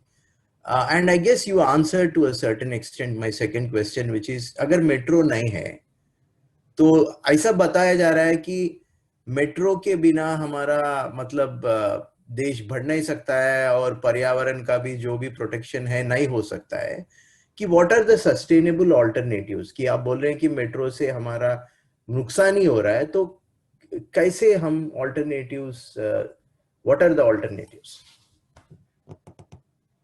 Thank you. So Delhi में specially law वाले changes जो हुए, वैसे ऐसे कोई major law legal changes नहीं लाए गए.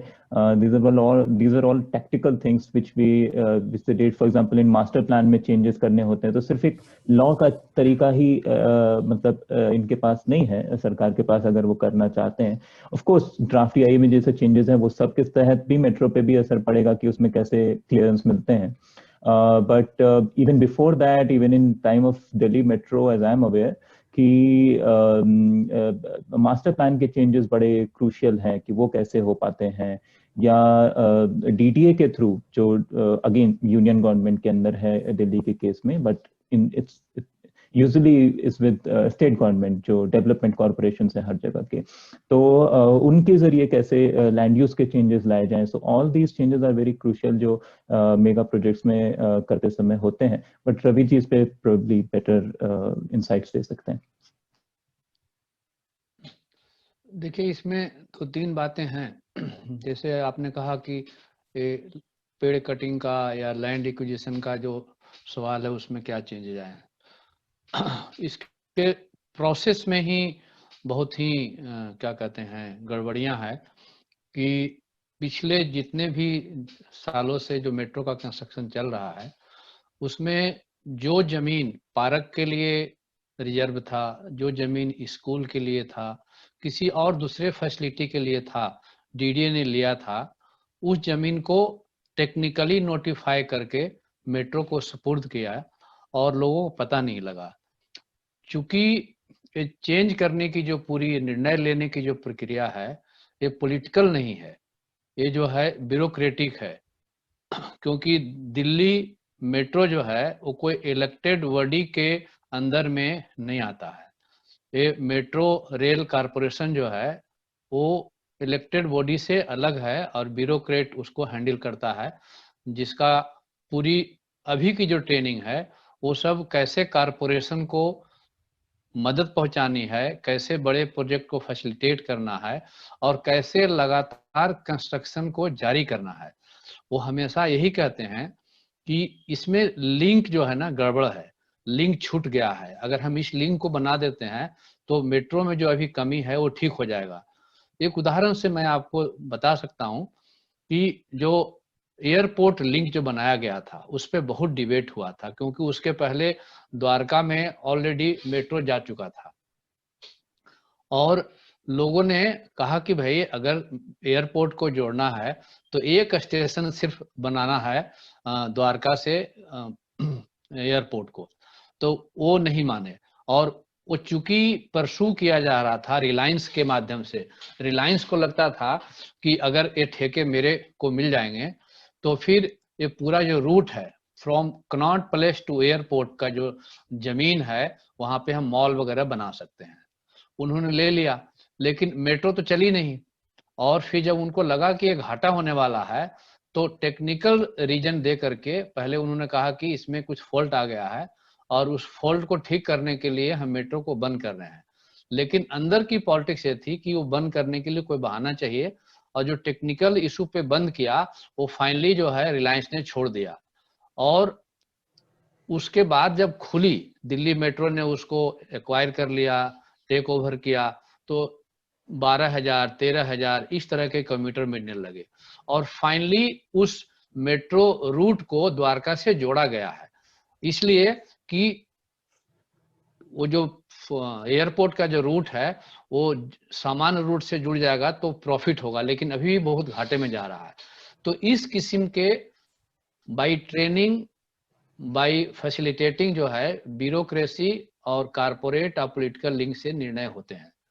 दूसरा जो आपने सवाल किया है कि अल्टरनेटिव क्या है, देखिए जो सरफेस ट्रांसपोर्ट है उसका अल्टरनेटिव है, और सरफेस ट्रांसपोर्ट का कभी भी मेट्रो और रेल बेस्ड ट्रांसपोर्ट जो है अल्टरनेटिव नहीं हो सकता, क्योंकि सरफेस पे है।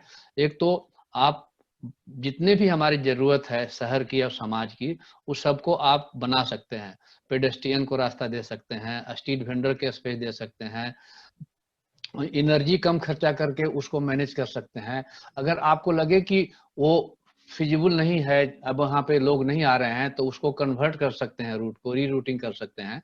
लेकिन मेट्रो जो है एक ताजमहल है, जिसको आपने बना दिया तो उसके सारी उम्र जो है उसकी सेवा करनी पड़ेगी। तो अल्टरनेटिव और लो कॉस्टिंग, लो एनर्जी, ज्यादा डेमोक्रेटिक तरीके से इसमें आप सभी फैसिलिटी ला सकते हैं। और क्यों नहीं आता है, इसके पीछे जो मैंने शुरू में कहा, क्योंकि आपने विकास का जो पैरामीटर तय किया है वो आपने एक बहुत ही सेटल ढंग से तय किया है कि आप ये खाएंगे तो आप अच्छे कहलाएंगे, ये पहनेंगे तो आप विकसित कहलाएंगे, आपके शहर में ये चीज होगा तो आपका शहर अच्छा होगा और आप एक वर्ल्ड क्लास सिटीजन होंगे।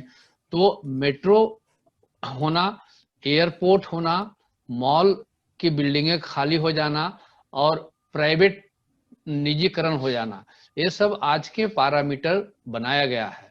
आप याद करिए कि जब एक बार भाषण दिया था मोदी ने और कहा कि हम चाहते हैं कि चप्पल वाला भी हवाई जहाज पे जाए, ठीक है, तो आप समझ सकते हैं कि उसका जो भाषण है वो किसको इंस्पायर करने के लिए कहा गया है।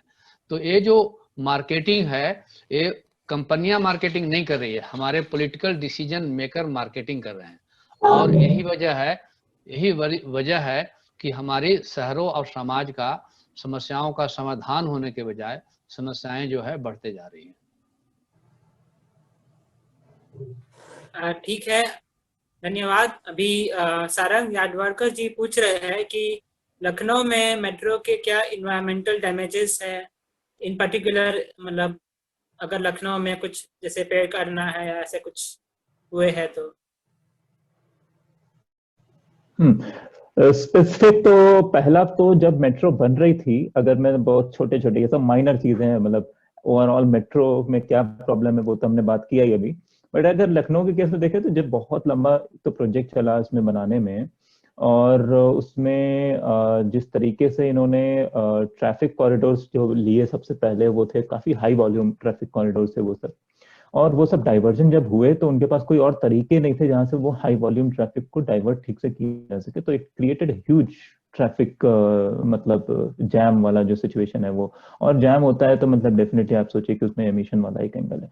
I think these are, I am just counting few things. Trees तो कटते ही हैं, कितने कटे वो नंबर मेरे पास अभी यहाँ पे नहीं दे सकता हूँ, but without cutting a tree if you can build the मतलब this kind of mega project, that's a wonder. तो वो सब इन्वायरमेंटल चीजें, डैमेजेस जो हैं वो सामने से दिखने वाले वो सब हैं, लेकिन I think we need to look at the broad और द बिग पिक्चर। इसमें लखनऊ में जैसे कि मैंने कहा कि अगर आप एग्जिस्टिंग में देखें तो सबसे ज्यादा लोग क्या इस्तेमाल करते हैं, तो साइकिल इस्तेमाल करते हैं, पैदल जाते हैं। थोड़ी और दूरी बढ़ती है तो ई रिक्शा लेते हैं या टेम्पो लेते हैं जो चलता है, 3 व्हीलर जो चलता है। फिर और दूरी बढ़ती है और थोड़े सबर्बन इलाकों में जाना होता है तो लोगों के पास ट्रेन का भी है, मेमू जो चलती है उस तरीके से, और दूसरा की बस का भी है जो महानगर की सेवा चलती है। और फिर और भी ज्यादा है तो कुछ लोगों के पास, जो काफी सारे लोगों के पास इनफैक्ट अब तो स्कूटर है और मोटरसाइकिल है, और कुछ बहुत कम लोगों के पास लखनऊ में जो चलाते हैं सड़क पे, बहुत कम उसमें 4 व्हीलर प्राइवेट चलता है। तो अगर अगर परसेंटेज देखें तो मैं एग्जैक्ट नंबर नहीं कोट कर रहा हूँ, बट अगर आप रफली देखें तो 15 to 20% लोग तो सिर्फ नॉन मोटराइज ट्रांसपोर्ट इस्तेमाल करते हैं। They don't use any kind of motorise transport including बस। फिर उसके बाद जो लोग हैं, वो काफी सारे लोग जो हैं वो बस का और ई रिक्शा का और ऑटो का और टेम्पो का, ये सब का इस्तेमाल करते हैं। तो एटलीस्ट 20 to 30% तो वो आ जाएंगे। तो आपके अगर देखें तो 50% लोग जो आएंगे वो ऑलरेडी किसी भी इस तरीके के प्राइवेट मोड या टैक्सी या कैब या इस तरीके के, या इवन प्राइवेट 2 व्हीलर, इस सब का इस्तेमाल कोई नहीं कर रहे हैं। तो ये बहुत बड़ी अपॉर्चुनिटी है। ये सिर्फ लखनऊ का केस नहीं है, ये सभी जगहों का कमोबेश ऐसा ही स्थिति है कि हमारे यहाँ ज्यादातर जो शहर में रहने वाले लोग हैं, उनका जो कार्बन एमिशन या एनवायरमेंटल इम्पैक्ट है मोबिलिटी से जुड़ा हुआ, वो बहुत कम है। तो पहली बात, ये पहले ही मिसप्लेस्ड है ये नोशन कि मेट्रो अगर नहीं आया तो हमारे शहर तो बहुत एमिशन करना है। वो एमिशन शहर नहीं कर रहा है, शहर में रहने वाले लोग नहीं कर रहे हैं, वो कार वाले कर रहे हैं। और कार वालों को आप कार मेट्रो बना के कार से शिफ्ट में करेंगे, जैसा मैंने पहले कहा, ये अभी तक कहीं से भी क्या कहते हैं स्टैब्लिश नहीं हो पाया किसी भी रिसर्च से कि ये मोड स्विच होगा। किन फैक्टर्स को प्रमोट करने से होगा ये भी नहीं पता है। बट आप मेट्रो बना दें और फिर कहें कि एनवायरमेंटल बेनिफिट हो रहा है, तो पहली बात यूजलेस तो एक चीज सॉफ्ट क्रिटिक हुआ इसका। और इनफैक्ट क्योंकि आप मेट्रो पे इतना पैसा दे देंगे तो फिर आप बस पे कैसे देंगे, ये एक आर्गुमेंट भी बन रहा है। क्योंकि आपके पास फंड्स तो मतलब वैसे लिमिटेड नहीं होने चाहिए, लेकिन सरकार बार बार ये कहेगी कि प्रायोरिटीज अगर मेट्रो को कर दिया है तो फिर बस की प्रायोरिटी तो सेकंड हो ही जाएगी, और बाकी चीजें तो खत्म होती चली जाएंगी। और जैसा कि हमने देखा है कि इनफैक्ट सेकंड प्रायोरिटी की भी बात नहीं है, in fact they want to kill other modes of transport just to promote metro. तो ये हमें देखने की जरूरत है कि indirectly, not just direct calculations कि हम कितने कार्बन एमिशंस इसके द्वारा हुए हैं, बल्कि अपॉर्चुनिटी कॉस्ट के सेंस में भी इसके इन्वायरमेंटल इम्पैक्ट्स को देखना चाहिए कि जब मेट्रो बनती है तो उसके इन्वायरमेंटल जो हमारे पास अपॉर्चुनिटीज हैं बेहतर शहर बनाने की, उनको कैसे किल किया जाता है। Exact calculations लखनऊ के केस में I think I don't have available, neither has anybody worked on that, because first of all there's such a petty number as I said कि 10,000 डेली का ridership अगर है तो forget about any environmental impact or any environmental benefit that can be seen from this kind of a structure. Okay, now I request Vidyadhar Dateji to give his comments about this issue. Oh, thank you so much, Yash. Yeah, just an introduction. Dateji is the convener of Amchi Mumbai Amchi Best, and he is also the author of a book, Traffic in the Era of Climate Change, right? Oh, thank you so much, Yash. Yes. दादाजी And नमस्ते। it was really wonderful listening to Rajendra ji and Nishant. I'm really thankful to you. I've benefited personally from, I got so much information because I'm very much involved in this subject. And you made so many important points. I think one of the points that they're talking about is that it will create a new kind of transformation, which is completely bogus, because with all this new technology that is coming, actually the system in Bombay, it is very primitive. I mean, if you see the bus numbers, they are written in chalk. Can you believe it? Bus numbers were, I mean, they are not able to do basic things. You see, the MMRDA, which is implementing the metro, it cannot even manage a bus system between two connecting points to the PC of the MMRDA is right there in the middle between Bandra station and Kurla station, and it cannot manage even the bus traffic there in that one. It's a major road, but there are serious bottlenecks in Bandra as well as in Kurla. Can you believe? I mean, can you imagine a situation where Nizamuddin station पे बस नहीं पहुंच रही है? I mean, there is no bus access. वैसा ये Kurla terminus और Bandra terminus में बस नहीं जा रही है. There is no access at all. So there are very serious problems. And Lucknow metro का आपने बताया. लखनऊ में मैं खुद भी गया था 2 साल पहले जब मोबिलिटी कॉन्फ्रेंस गवर्नमेंट की थी, मैं पर्सनली पीक आवर में ट्रैवल किया तो it was so poor, it's so shameful of the government to pursue such policies. And I'm from Nagpur and I know the situation about Nagpur. It's very miserable. But some people are so loyal to the BJP, they don't want to talk about it openly. They don't want to. I mean, it's a complete failure like Lucknow. And you're absolutely right about they want to kill other forms of transport, and that is what we have been fighting in Bombay, because they had already started a big assault on the BSP service and they wanted to severely curtail the service. So our organization, Amchi Mumbai, Amchi Best, ours is a very voluntary group, and we launched a campaign. We got some success. So there is some awareness and there is slight improvement in the buses, though there is a problem of privatization, that is another factor. Yeah, there are so many things. Maybe I can. Then the government has no idea at all how to raise finances for this system. As you said, they want to sell. I mean, from land capture.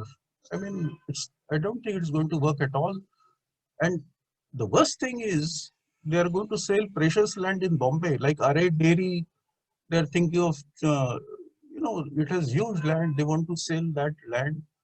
So we are going to be impoverished completely. I mean, as a city, already so many public parks have been destroyed for the metro work. So it's a very, very serious situation. And Bombay, though it has a good image of a city with a good public transport, but actually in many ways it is very primitive. The services are actually primitive in some ways. So there are so many things. Maybe later on I can yeah, and they're trying to make the buses as a feeder route mainly, which is extremely dangerous and which is very bad for the city. Buses have to be, as in London, they have night-long services, even at night and over long distances. So I'm very thankful to Rajendra and Nishant for very good, excellent presentation, and so I wish them well.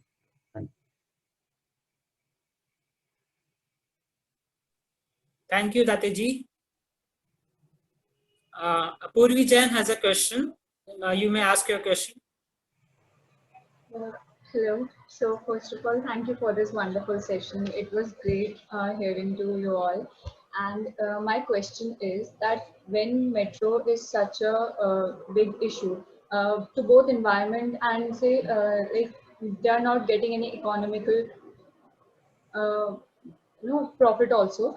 So what's the way out of what's the way in which we can get out of this metro system? Like I'm from Agra, and recently our PM inaugurated a metro system in Agra.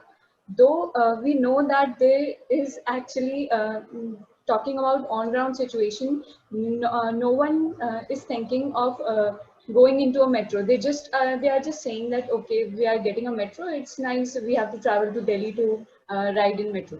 So there's no such need of metro, and still, is there any way to get out of this metro, like the way almost all the cities are getting mad? So, thank you.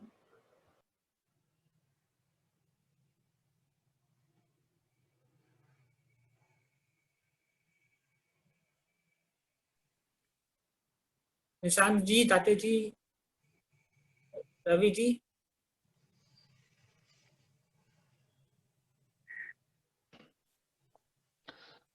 देखिए, जैसा कि मैंने शुरू में बताया कि metro से निकलने के जो तरीके हैं वो तो है कि इसके बारे में जो मिथ है, जो प्रचार किया गया है, उसको काउंटर करना और जो फैक्ट है उसको रखना।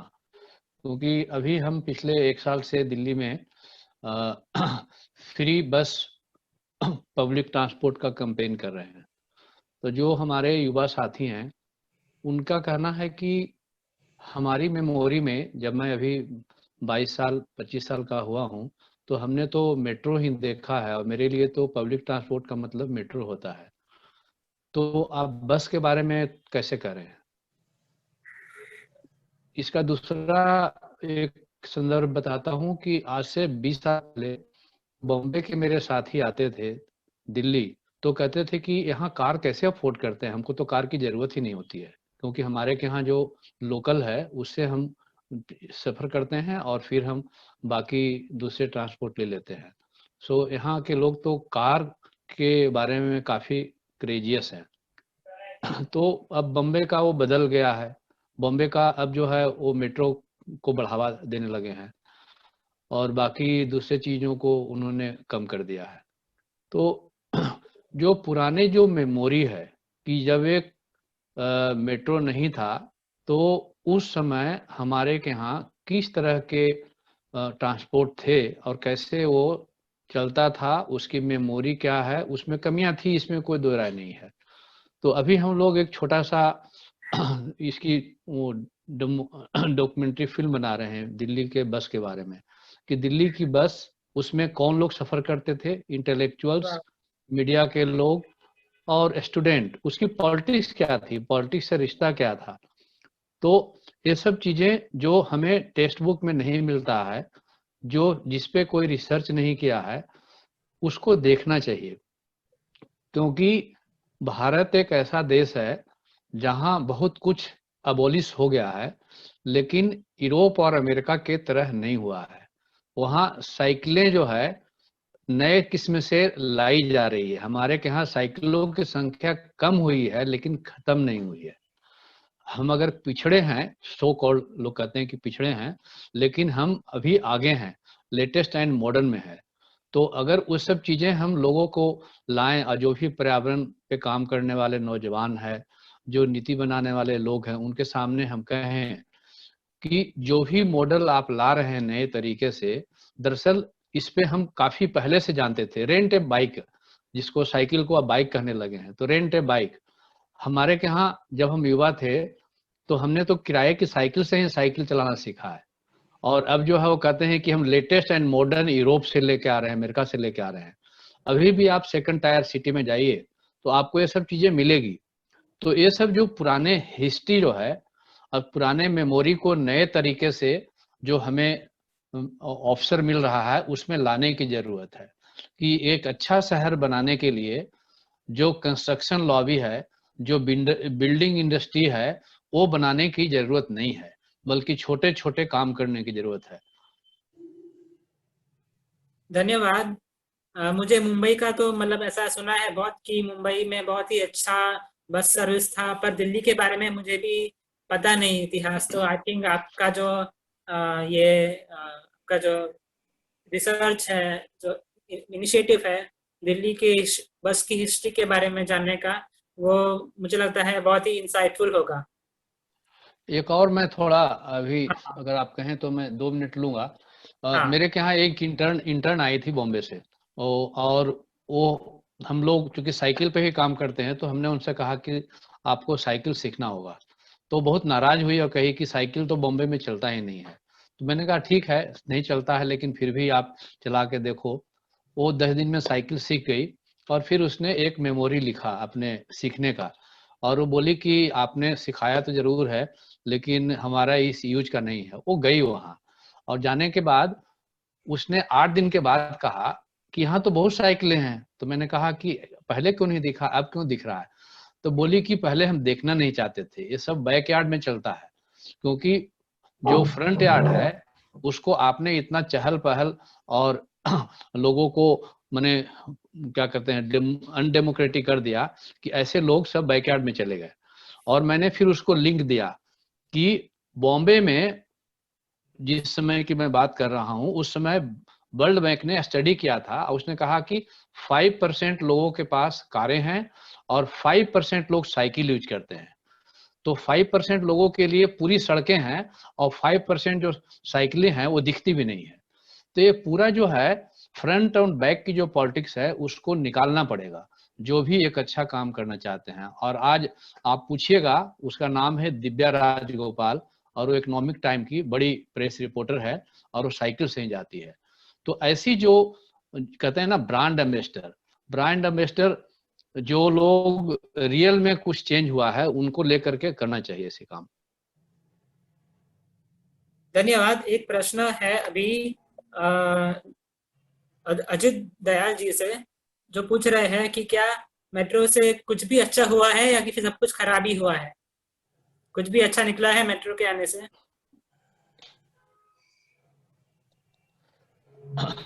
देखिए, ये ब्लैक एंड व्हाइट नहीं है जैसा आप चाहते हैं। ये मेट्रो की हमारी, जैसे हमारे के यहाँ, इसको ऐसे उदाहरण से समझिए कि अगर हमारे के यहाँ पैसे की कमी है और हमें तय करना है कि अपने परिवार के लिए प्रायोरिटी क्या होगा, तो जैसे उसको हम तय करते हैं अपने परिवार में, वैसे ही देश के रहनुमा को देखना चाहिए कि भारत मुल्क जो है गरीबी से, बेरोजगारी से, पर्यावरण की चुनौती से और अकाल से जो होने वाले मौत हैं, प्रदूषण से जो होने वाले मौत हैं, इससे अगर सफर कर रहा है तो लिमिटेड बजट में कौन सा बेहतर काम हो सकता है, पहली प्राथमिकता क्या होगा। तो आप इसके बारे में निशांत ने काम किया है कि मोबिलिटी, पूरे देश की जो मोबिलिटी का जो पैटर्न है वो कैसे है। आप अगर कंसल्टेंट के फिजिबिलिटी रिपोर्ट से और डीपीआर से जाएंगे तो अलग चीज दिखाएगा, लेकिन जो नेशनल राष्ट्रीय जनगणना जो आता है उसमें पिछले 2011 का एनालिसिस किया है निशांत ने। उसमें सबसे जो चलने वाले मोड है, चलने वाले लोगों का, वो है पैदल, उसके बाद है साइकिल, उसके बाद है बस। तो ये 3 जो मोड है उसको आप पूरा कर लीजिए और इससे लगे कि हमको कोई ऐसी जगह है कि और किसी मोड पे सोचना है, तब आप सोचिए मेट्रो के बारे में या रेल के बारे में। लेकिन पहले आप इस पे नहीं किया और सबसे आगे आप मेट्रो को, जो खर्चीला चीज है, वही कर दिया। इसका इफेक्ट क्या हो रहा है कि आप हेल्थ की बजट खत्म कर रहे हैं, आप शिक्षा की बजट कम कर रहे हैं, आप वेलफेयर की स्कीम खत्म कर रहे हैं। तो जो बाकी जरूरत की चीजें हैं उसको खत्म करके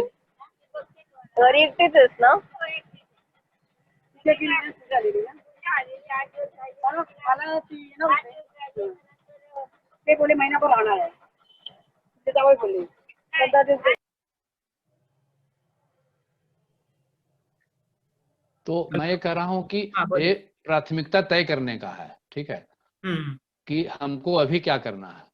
वो ऐसे जैसे हम परिवार में तय करते हैं वैसे ही देश में और शहर के लेवल पर तय करने का। जिसकी आवाज आ रही है, could you mute yourself?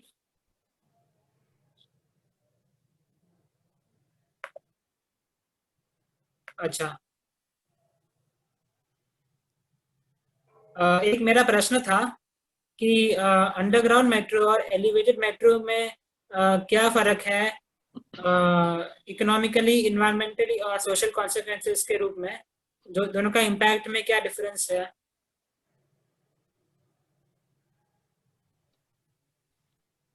Nishant आप बोलोगे कि मैं बोलूं?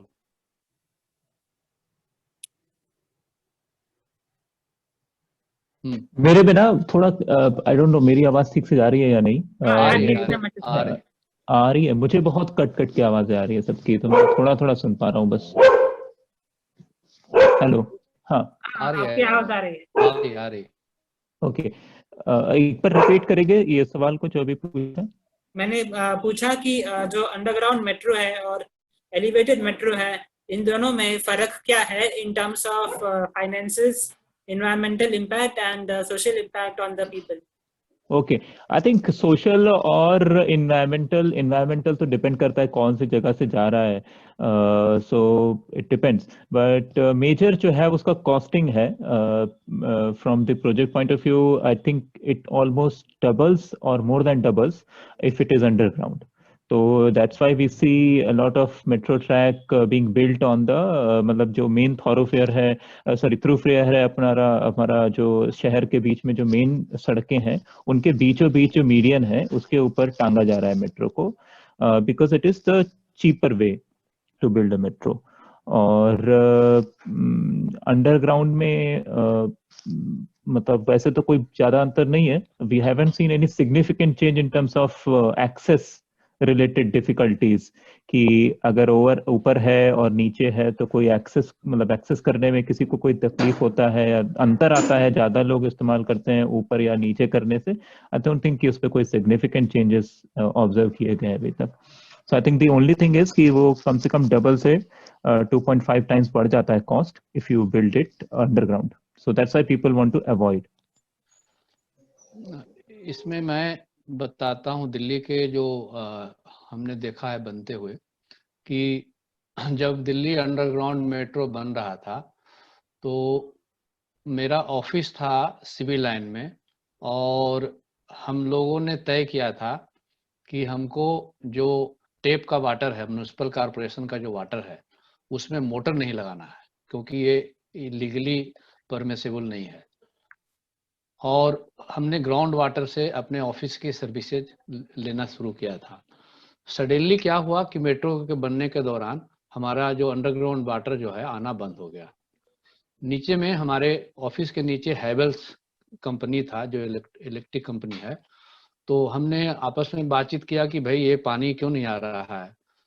तो पहले हमने लोकल टेक्निकल पर्सन को बुलाया, और फिर उससे नहीं हुआ तो एक बड़ा इंजीनियर को बुलाया. उसने कहा कि साहब ये जो मेट्रो जो बन रही है, इसकी वजह से वाटर लेवलिंग जो है वो लगभग 150 फुट नीचे चला गया है, क्योंकि पिछले 4 सालों से यहाँ के पानी को निकाल करके और जमुना में बहाया जा रहा है. तो पानी का जो स्रोत है वो नीचे चला गया है और खत्म हो गया है. इसको दूसरी तरह से समझ सकते हैं कि धरती हमारे शरीर की तरह है, और उसमें अगर मान लीजिए कि जैसे कहते हैं ना कि ऑपरेशन करके टांग टूट गई है तो रड लगा देते हैं, तो रड लगाने से चल तो जाते हैं आप, लेकिन वो नेचुरल जो जरूरतें होती थी, जो नेचुरल जो फीलिंग होती है, वो नहीं होता है. तो जहां जहां से मेट्रो अंडरग्राउंड गई है वो प्रकृति को बहुत नाश किया है, पानी की लेवलिंग को बढ़ाया है. पानी के जो जैसे स्रोत होते हैं इधर से उधर जाने का, वो बीच में कंक्रीट के कंस्ट्रक्शन की वजह से वो स्रोत डिस्टर्ब हो गया है. इसलिए दिल्ली में पानी के जो लेवल है वो बहुत नीचे गया है. दूसरा जो है कि कंस्ट्रक्शन के कॉस्ट तो बढ़े ही हैं, और उसका मेंटेनेंस जो है लॉन्ग टर्म में, क्योंकि अगर आप सफ़र करें मेट्रो दिल्ली के अंडरग्राउंड मेट्रो में, तो जो सरकार कहती है कि डेंगू से बचना है या किसी और बीमारियों से बचना है, तो बारिश के दिनों में खास करके पुरानी दिल्ली के इलाके में जो मेट्रो है उसमें सब में वाटर लॉबिंग रहता है, और उसमें अलग अलग किस्म के बास आते रहती है. तो लॉन्ग टर्म उसका effect and short term effect दोनों ही होता है. एक प्रश्न आया हुआ है अक्षिता का कि फ्री पब्लिक ट्रांसपोर्ट के जो कैंपेन चल रहे हैं उसको बस नहीं मेट्रो से कैसे जोड़ सकते हैं.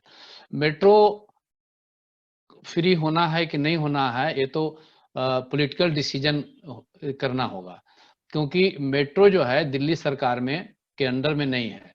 और जो सबसे ज्यादा जो दिल्ली के बसों के पॉलिटिक्स पे जो प्रभाव पड़ता था, क्योंकि दिल्ली के तमाम इलाकों से कॉलेज के बच्चे, स्कूल के बच्चे बसों से सफर करते थे, इसलिए हर साल जो है पॉलिटिकल जो इलेक्शन होता था उस इलेक्शन में लोग अपने मैनिफेस्टो में डालते थे कि अगर हम जीत करके आएंगे तो बसों की रूट बढ़ाएंगे, बसों के जो कंसेशन है वो और कम कर देंगे. और इसकी वजह से जो है उनकी छात्रों की पॉलिटिक्स की वजह से पूरे समाज को फायदा होता था. अब छात्र की पॉलिटिक्स से मोबिलिटी का जो इशू है वो निकाल दिया गया है. इसलिए आप देखेंगे कि पिछले 20 सालों में दिल्ली यूनिवर्सिटी, जेएनयू का, जामिया मिलिया, इन सब जो छात्र यूनियन के जो पॉलिटिक्स होती है उसमें ऐसे चीजें नहीं होता है, क्योंकि उस पॉलिटिक्स जो है उसको गंदा माना गया है. इसलिए जब तक इस पे पॉलिटिक्स नहीं होगी तब तक ये जो फ्री पब्लिक ट्रांसपोर्ट वाला है, खास करके मेट्रो का, क्योंकि मेट्रो का जो डिसीजन मेकिंग प्रोसेस है वो पॉलिटिक्स से निकाल करके ब्यूरोक्रेटिक कर दिया गया है. लेकिन यह संभव है कि हो जाए, और इसमें कोई लॉसेज नहीं जाएंगे, क्योंकि पर जलवायु परिवर्तन को रोकने के लिए आप जितने पैसे खर्च कर रहे हैं वो अगर इसमें डालेंगे और अगर इसकी सर्विस बेटर होगी और लोग जाना शुरू करेंगे तो बाकी कॉस्ट आपको कम करना पड़ेगा। धन्यवाद। मैंने भी ऐसा कुछ खबर पढ़ी थी कि दिल्ली में शायद कोई जो स्टेप वेल्स है उनका पानी का स्तर कम हो गया है अंडरग्राउंड मेट्रो की वजह से। और मुंबई जैसे कोस्टल सिटीज के लिए जो ऑलरेडी मतलब ये प्रिडिक्टेड है कि पानी के अंदर जाएंगे, मतलब because of rising sea levels पानी मतलब the whole city could get submerged. तो ऐसी स्थिति में अंडरग्राउंड मेट्रो लाने का क्या लॉजिक है, ये स्पेशली कोस्टल सिटीज के लिए बहुत ही बड़ा प्रश्न उठाया जा रहा है।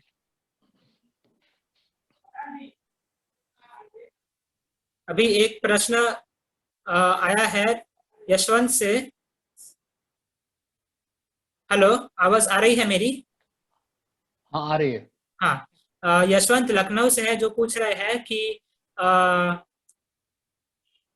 how can a youth movement be created for a better transport system? Lucknow has e-buses now as well, but the older buses and road transport is not regulated, and there are no on-the-spot checks for air pollution. Also, Yashwant is requesting कि दाते जी संभव हो तो इस पे कुछ बताए कि how can the youth be involved for a better transport system of buses.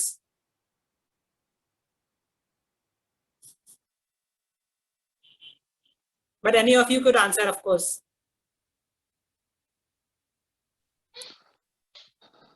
Nishant बोलिए लखनऊ के बारे में। आई थिंक मतलब मैंने तो बताया कि जो चीजें हैं और बाकी लखनऊ के लोग ही तय कर सकते हैं कि कैसे रोक पाएंगे या कैसे बेहतर ट्रांसपोर्ट पा सकते हैं अपनी अपनी जरूरतों के हिसाब से। तो मैं इससे ज्यादा कुछ नहीं कह सकता, पर जैसे कि हम बाकी दिल्ली में भी हम जान रहे हैं कि मेट्रो बहुत एक्सटेंसिवली बन चुका है और ये काफी मुश्किल है अब कि मेट्रो को मतलब स्क्रैप तो नहीं कर सकते हैं मेट्रो के, और फेज 4 अब बन रहा है, मतलब अब तो कहानी काफी आगे बढ़ चुकी है। बट जहाँ पे अभी बहुत शुरुआत है वहां पे शायद बेहतर ऑल्टरनेटिव की मांग को लेकर मोर्चे बन सकते हैं, लोग साथ आ सकते हैं। और I think it's all about building power to create change. बहुत मुश्किल है क्योंकि जैसा कि हमने देखा कि एक लॉबी, अलग अलग लॉबीज का एक नेक्सस है, तो रेगुलर पॉलिटिकल तरीकों से तो शायद नहीं हो पाएगा। लेकिन जैसे फ्राइडेज फॉर फ्यूचर के वॉलंटियर्स हैं, एक्टिविस्ट हैं, नए यूथ एक्टिविस्ट हर जगह से अलग अलग जगहों पे हमें देखने को मिला है कि उन्होंने मोर्चे बनाए हैं और जीते भी हैं। तो हमें वैसी कोशिशें करनी पड़ेंगी जहाँ पे भी हम एक साथ संगठित कर सकते हैं, लोगों को समझा सकते हैं। और बाकी मैं भी सुनना चाहूंगा कि दाते जी का इस पे क्या ख्याल है।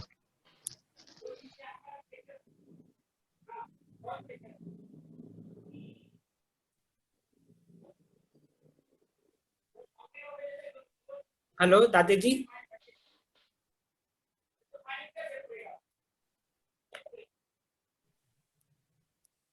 लगता है उनका। Yes yes, You can hear me? Yes Okay. सुन रहा हूँ दाता जी। हाँ या नहीं, मुंबई में क्या स्टूडेंट कम्युनिटी बहुत docile है and it really needs to be activated because the problems are so severe. अभी करीना में यूनिवर्सिटी का बड़ा कैंपस है, तो करीना से बहुत बड़ा रास्ता, very big road project was done, लेकिन वो रास्ते पे फुटपाथ ही नहीं है। इतना बहुत यूनिवर्सिटी के बाजू से रास्ता जाता है, फिर भी students are not protesting. University के सामने सिग्नल वो बंद रहता है, तो students are, their lives are at risk, still they are not protesting. So we have to activate the students and educate them, and something has to be done about it. So the students can play a very big role, and there is no doubt about it. So we have to consider how this can be done. Okay. देखिए, बड़े बदलाव के लिए तो बड़ी तैयारी करनी होगी और खास करके जो पब्लिक ट्रांसपोर्ट है या अर्बन डेवलपमेंट के जो इश्यूज हैं, इसको ये माना गया है कि ये टेक्निकल इशू है और इसको टेक्निकल के हाथों में छोड़ देना चाहिए। ये सबसे बड़ी गलती हुई है कि हमने समाज के हाथों से निकाल करके यूनिवर्सिटी के मास्टरों के हाथ में डाल दिया है। और वो जो है रिवीजन ऑफ टेक्स्ट बुक और रिफ्लेक्शन ऑफ सोसाइटी नहीं होता है। तो जो भी लोग चाहते हैं कि एक अलग किस्म का बदलाव आए, एक सामाजिक जागरूकता आए, उसको लंबी और अच्छी शुरुआत करनी पड़ेगी कि समाज की जरूरत क्या है, और इसको हम इंजीनियरिंग के भरोसे नहीं छोड़ सकते, क्योंकि पब्लिक ट्रांसपोर्ट अभी भी जो है सिविल इंजीनियर के लोग बनाते हैं, और ये जितने भी लोग आ रहे हैं उसको मॉनिटर करने के लिए, इनका सबका जो है रेलवे का बैकग्राउंड है, तो इनका कोई सोशल नॉलेज नहीं है, इनको सोशल बिहेवियर को नहीं पता है कि जो लाल बत्ती है ट्रैफिक का, वो कितने देर के बाद लोग उससे उबने लगते हैं।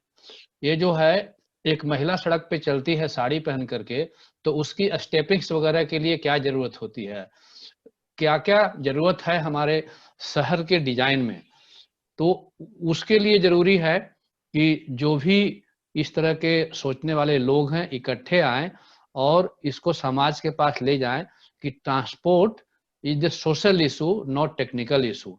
और ये धीरे धीरे लोग देखने लगेंगे।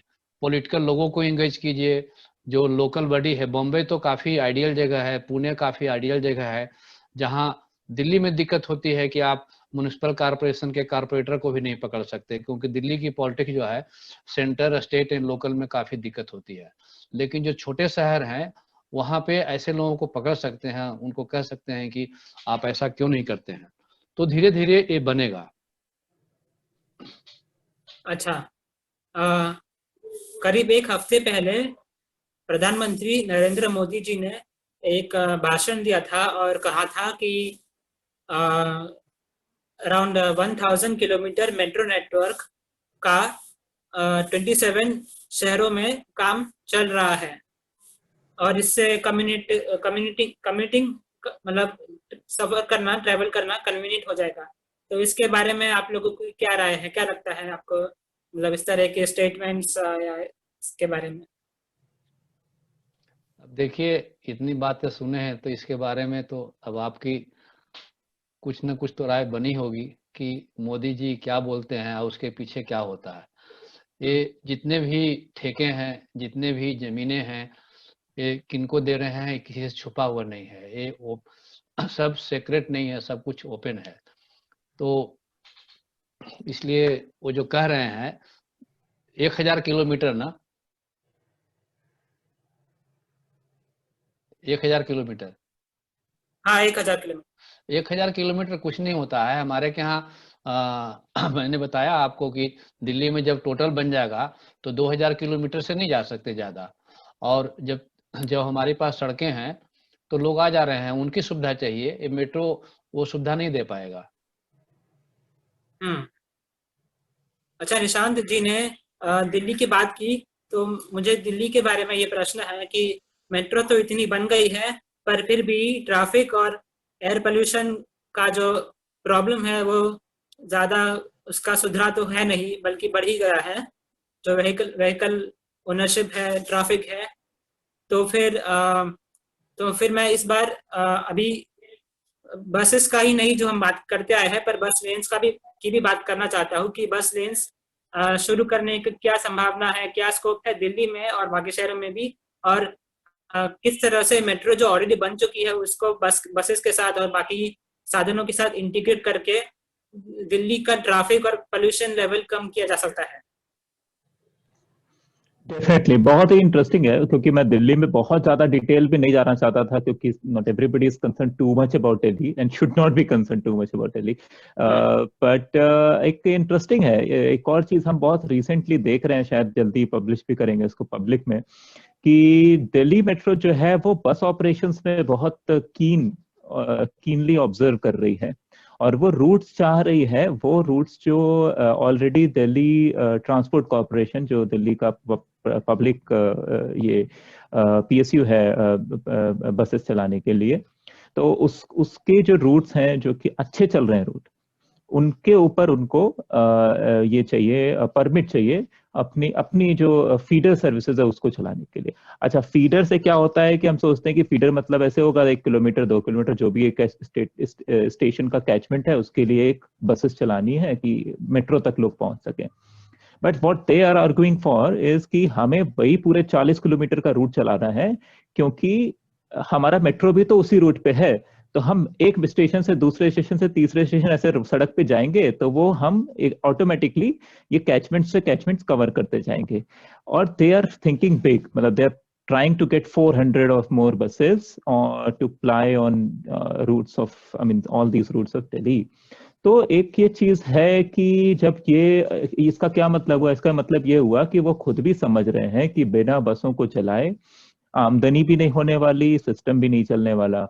बट ये क्या चलने वाला है कि DTC धीरे धीरे चला जाएगा कि वो DMRC के पास ऑपरेशनल जिम्मेदारियों के तहत भी जा सकता है। ये सब आशंकाएं हैं, दिस इज नॉट आरोप or anything or any theory, but we are saying that these are all possibilities, and this is the way a lot of things have happened previously कि जब हम कैसे कॉरपोरेशन, क्योंकि DMRC भी एक private नहीं है बट कॉरपोरेशन ही है और उसमें काफी बड़ा इंटरेस्ट है, जैसा कि हमने कहा कि जो जिनका नेक्सस है इस तरीके के प्रोजेक्ट्स को पुश करने का, उनका काफी से है इसके डिसीजन मेकिंग में।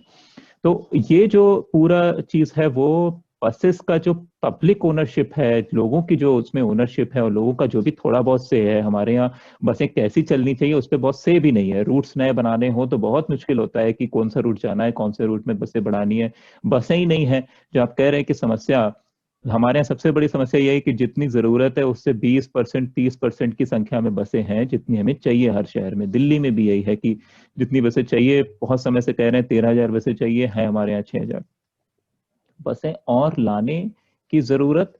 लेकिन बसों को कंट्रोल कौन करेगा, कैसी बसें? इसीलिए अपने कैंपेन जो चलाया है वो सिर्फ इसके लिए नहीं कि बसें चाहिए, हमने कहा बसों पे हमें अधिकार भी चाहिए, रिक्लेमिंग की प्रोसेस भी चाहिए बसों को, कि बसें कैसी हो, कौन चलाए, क्या किराया हो, इस सब चीजों पे सीधा डायरेक्ट अधिकार हमारा होना चाहिए। ये बहुत जरूरी है। और जो आप कह रहे हैं कि दिल्ली मेट्रो में ये सब फायदे नहीं हुए या दिल्ली में सिचुएशन तो नहीं सुधरी है, अगेन वही बात है कि क्योंकि जो जरूरी मोड है जिससे ज्यादातर लोगों की जरूरत पड़ती है, अभी दिल्ली सरकार ने, एक इंटरेस्टिंग बात ये भी है, उसकी भी लिंक मैं कोशिश करूंगा शेयर करूंगा, कि दिल्ली सरकार के एक नया सर्वे सामने आया, उन्होंने रिजल्ट पेश किया है। उसमें उन्होंने पूछा था, एक सोशियो इकोनॉमिक सर्वे था 2019 का, जिसमें उन्होंने हाउस होल्ड सर्वे किया 1 करोड़ से ज्यादा घरों का दिल्ली के अंदर। मतलब दिल्ली में टोटल 1 करोड़ से ज्यादा घर नहीं, 1 करोड़ से ज्यादा लोग। तो एक आप समझ सकते हैं कि कितनी बड़ी संख्या में लोग उस सर्वे का हिस्सा हैं। और उस सर्वे का रिजल्ट ये कहता है कि 60% लोग, 60% लोग बस का इस्तेमाल करते हैं अपने रेगुलर ट्रैवल के लिए, यानी वो उनका प्रेफर्ड मोड ऑफ ट्रैवल है बस। और उसके बाद कौन है? उसके बाद है साइकिल। और बस मेट्रो का कहाँ पे नंबर आता है? 15% पे। तो हमारे यहाँ अगर सिचुएशन इस तरीके की है, दिल्ली मेट्रो जिसको 25 साल हो चुके हैं वो 15% को केटर कर रहा है, बट स्टिल मीडिया सेज कि ये क्या है, तो दिल्ली की लाइफलाइन है, दिल्ली इसके बिना चल नहीं सकता, दिल्ली में तो क्या हो गया जब से मेट्रो बनी। तो ये 60% लोग कैसे चल रहे हैं फिर? So I think that is something we need to share with other city. That's why this is a very good idea कि इस तरीके के सेशन हो जिसमें अलग अलग जगह के लोग सुन पाए, कि जहाँ की बातें उनको आके सुनाई जाती है, और जो वो भी शायद देखें, दिल्ली आए तो देखेंगे कि हाँ मेट्रो तो बहुत अच्छा है, यहाँ पे तो नहीं होता, पता नहीं क्या हो जाता। I think we need to share all this information with cities जहाँ पे इस तरीके के प्रोजेक्ट आने वाले हैं। और we need to radically rethink. For example जो अक्षिता ने सवाल पूछा फ्री ट्रांसपोर्ट का, that is also very crucial thing जो इससे जुड़ा हुआ है।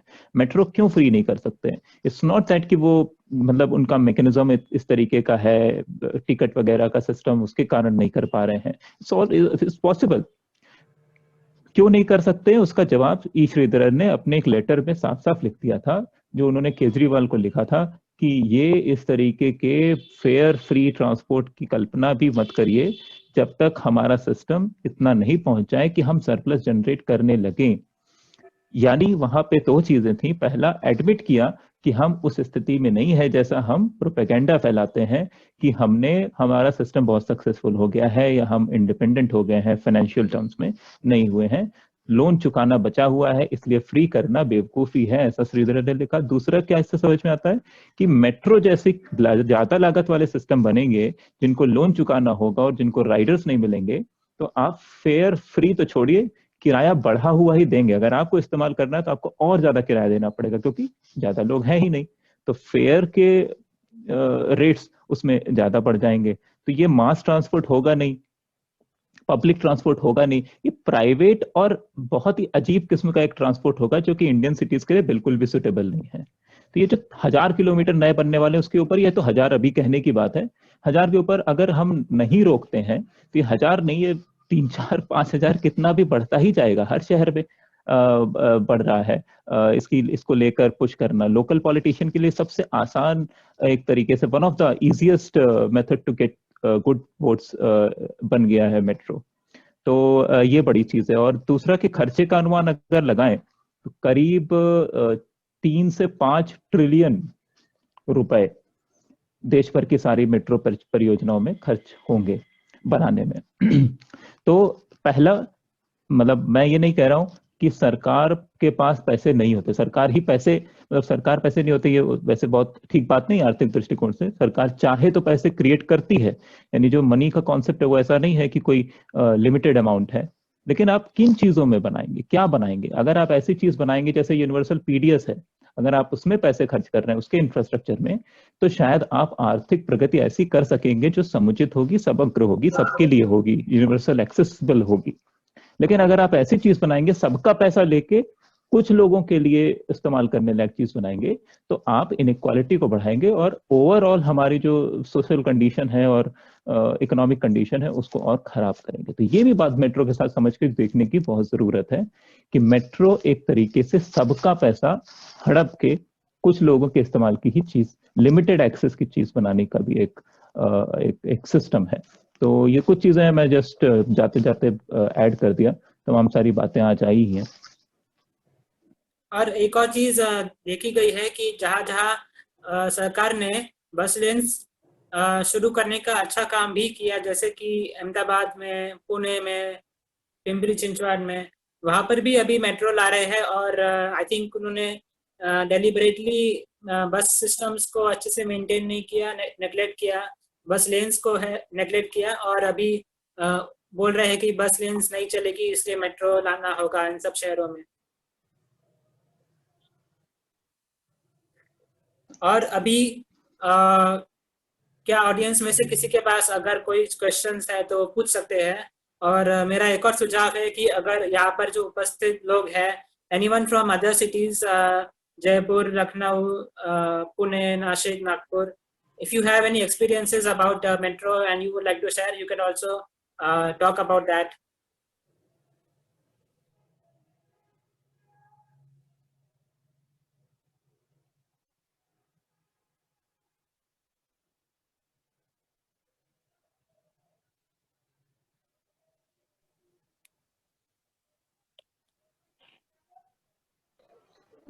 May I go ahead? Yes, yes. So I'm from Agra and I don't have any such experience with metro, but there's a point that I have read somewhere that whenever there's construction of metro going on in a city, then at that time the pollution level of the city is at its peak. So I just wanted to ask that when the pollution level here in Agra is always between 250 to 340, so it's already a drastic level. So at this point of time, when the pollution is already at its peak, then what's the point of starting the construction of metro in a city like Agra?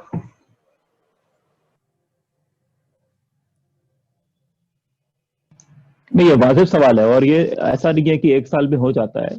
ये लगते हैं 3-4 साल लगेगा एक metro बनाने में, और बहुत निर्भर करता है कि कौन बना रहा है, ये सब चीजें। जैसे हैदराबाद मेट्रो बहुत लंबे समय में बना, लखनऊ फिर भी जल्दी बन गया था।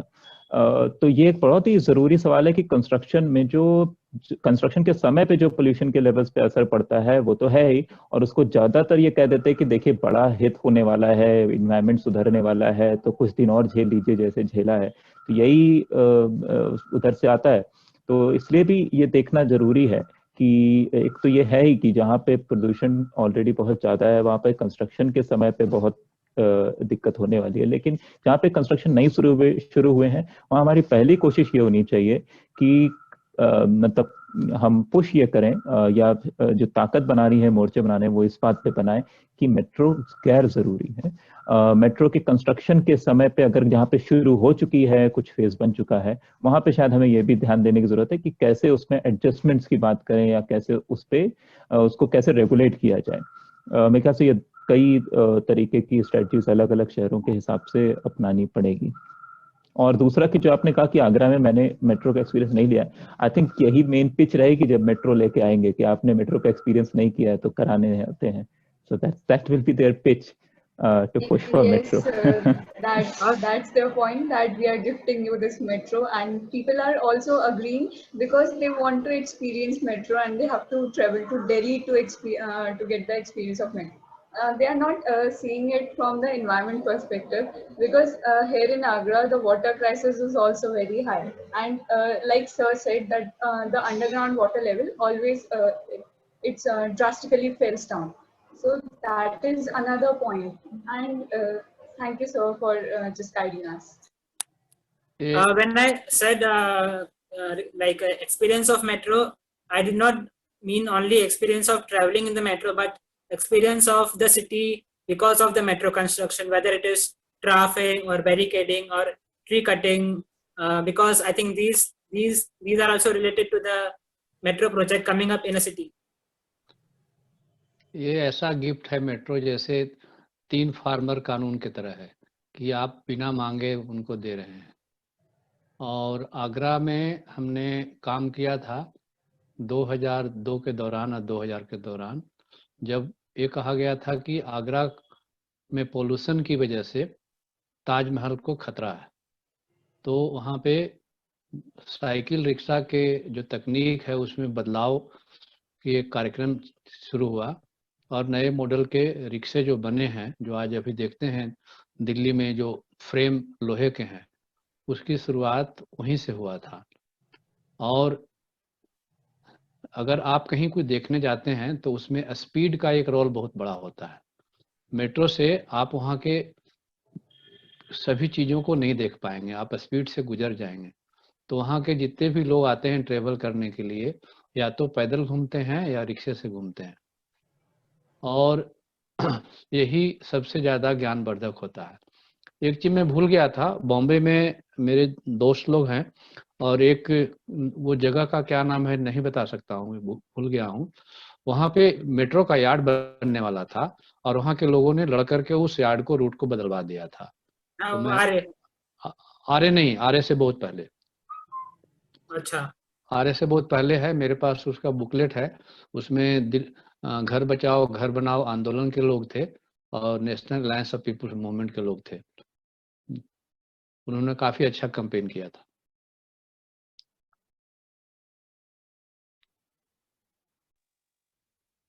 अच्छा, किसी और के पास कुछ प्रश्न है?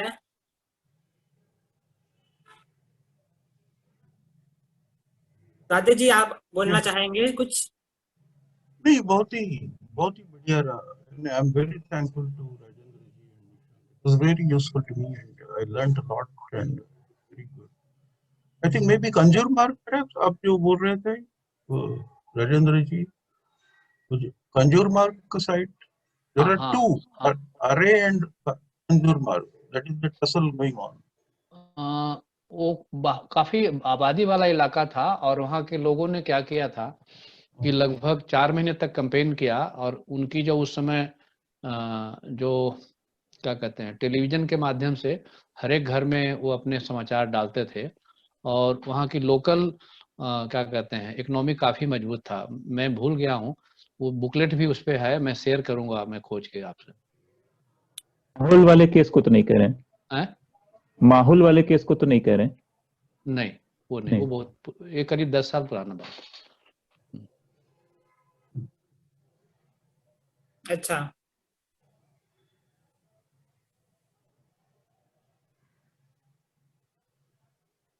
ठीक है। तो अभी यदि किसी के पास प्रश्न नहीं है कुछ, तो हम लोग इस वेबिनार के एंड पर आ चुके हैं।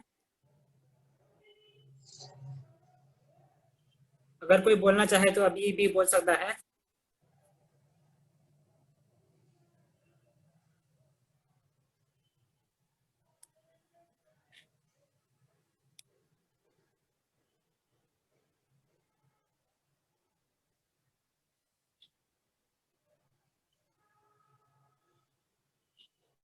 ठीक है। So I would like to express my thanks. अच्छा, एक चीज पूछना था, हाँ हाँ इसका रिकॉर्डिंग रहेगा ना कि बाद में हम लोग देख सकते हैं लिंक हाँ पे? हाँ, yes yes. Thank you. Okay. Thank you on behalf of all the viewers as well as Fridays for Future. I would like to express my sincere thanks to the speakers of this session, Mr. Rajendra Ravi, Mr. Nishant Singh, and also Mr. Vidyadhar Dateji, for giving us very valuable information about this about the issue of metros. And मैं आशा करता हूँ कि हम लोग इसके जो आज हमें मालूम पड़ा है, इस पे आगे भी हम काम करते रहेंगे इस इश्यू पर, और भी लोगों तक ये जानकारी पहुंचाएंगे। जो लिंक है जो पोस्ट की गई है, हम लोग इसको शेयर करेंगे बाकी लोगों से, और हम लोग मतलब जो ट्रूथ है इसके बारे में वो लोगों तक पहुंचाएंगे। Thank you. Thanks for inviting us. Thank you. शुक्रिया। Yes. Thank you, sir, and have a good evening. धन्यवाद. Thank you.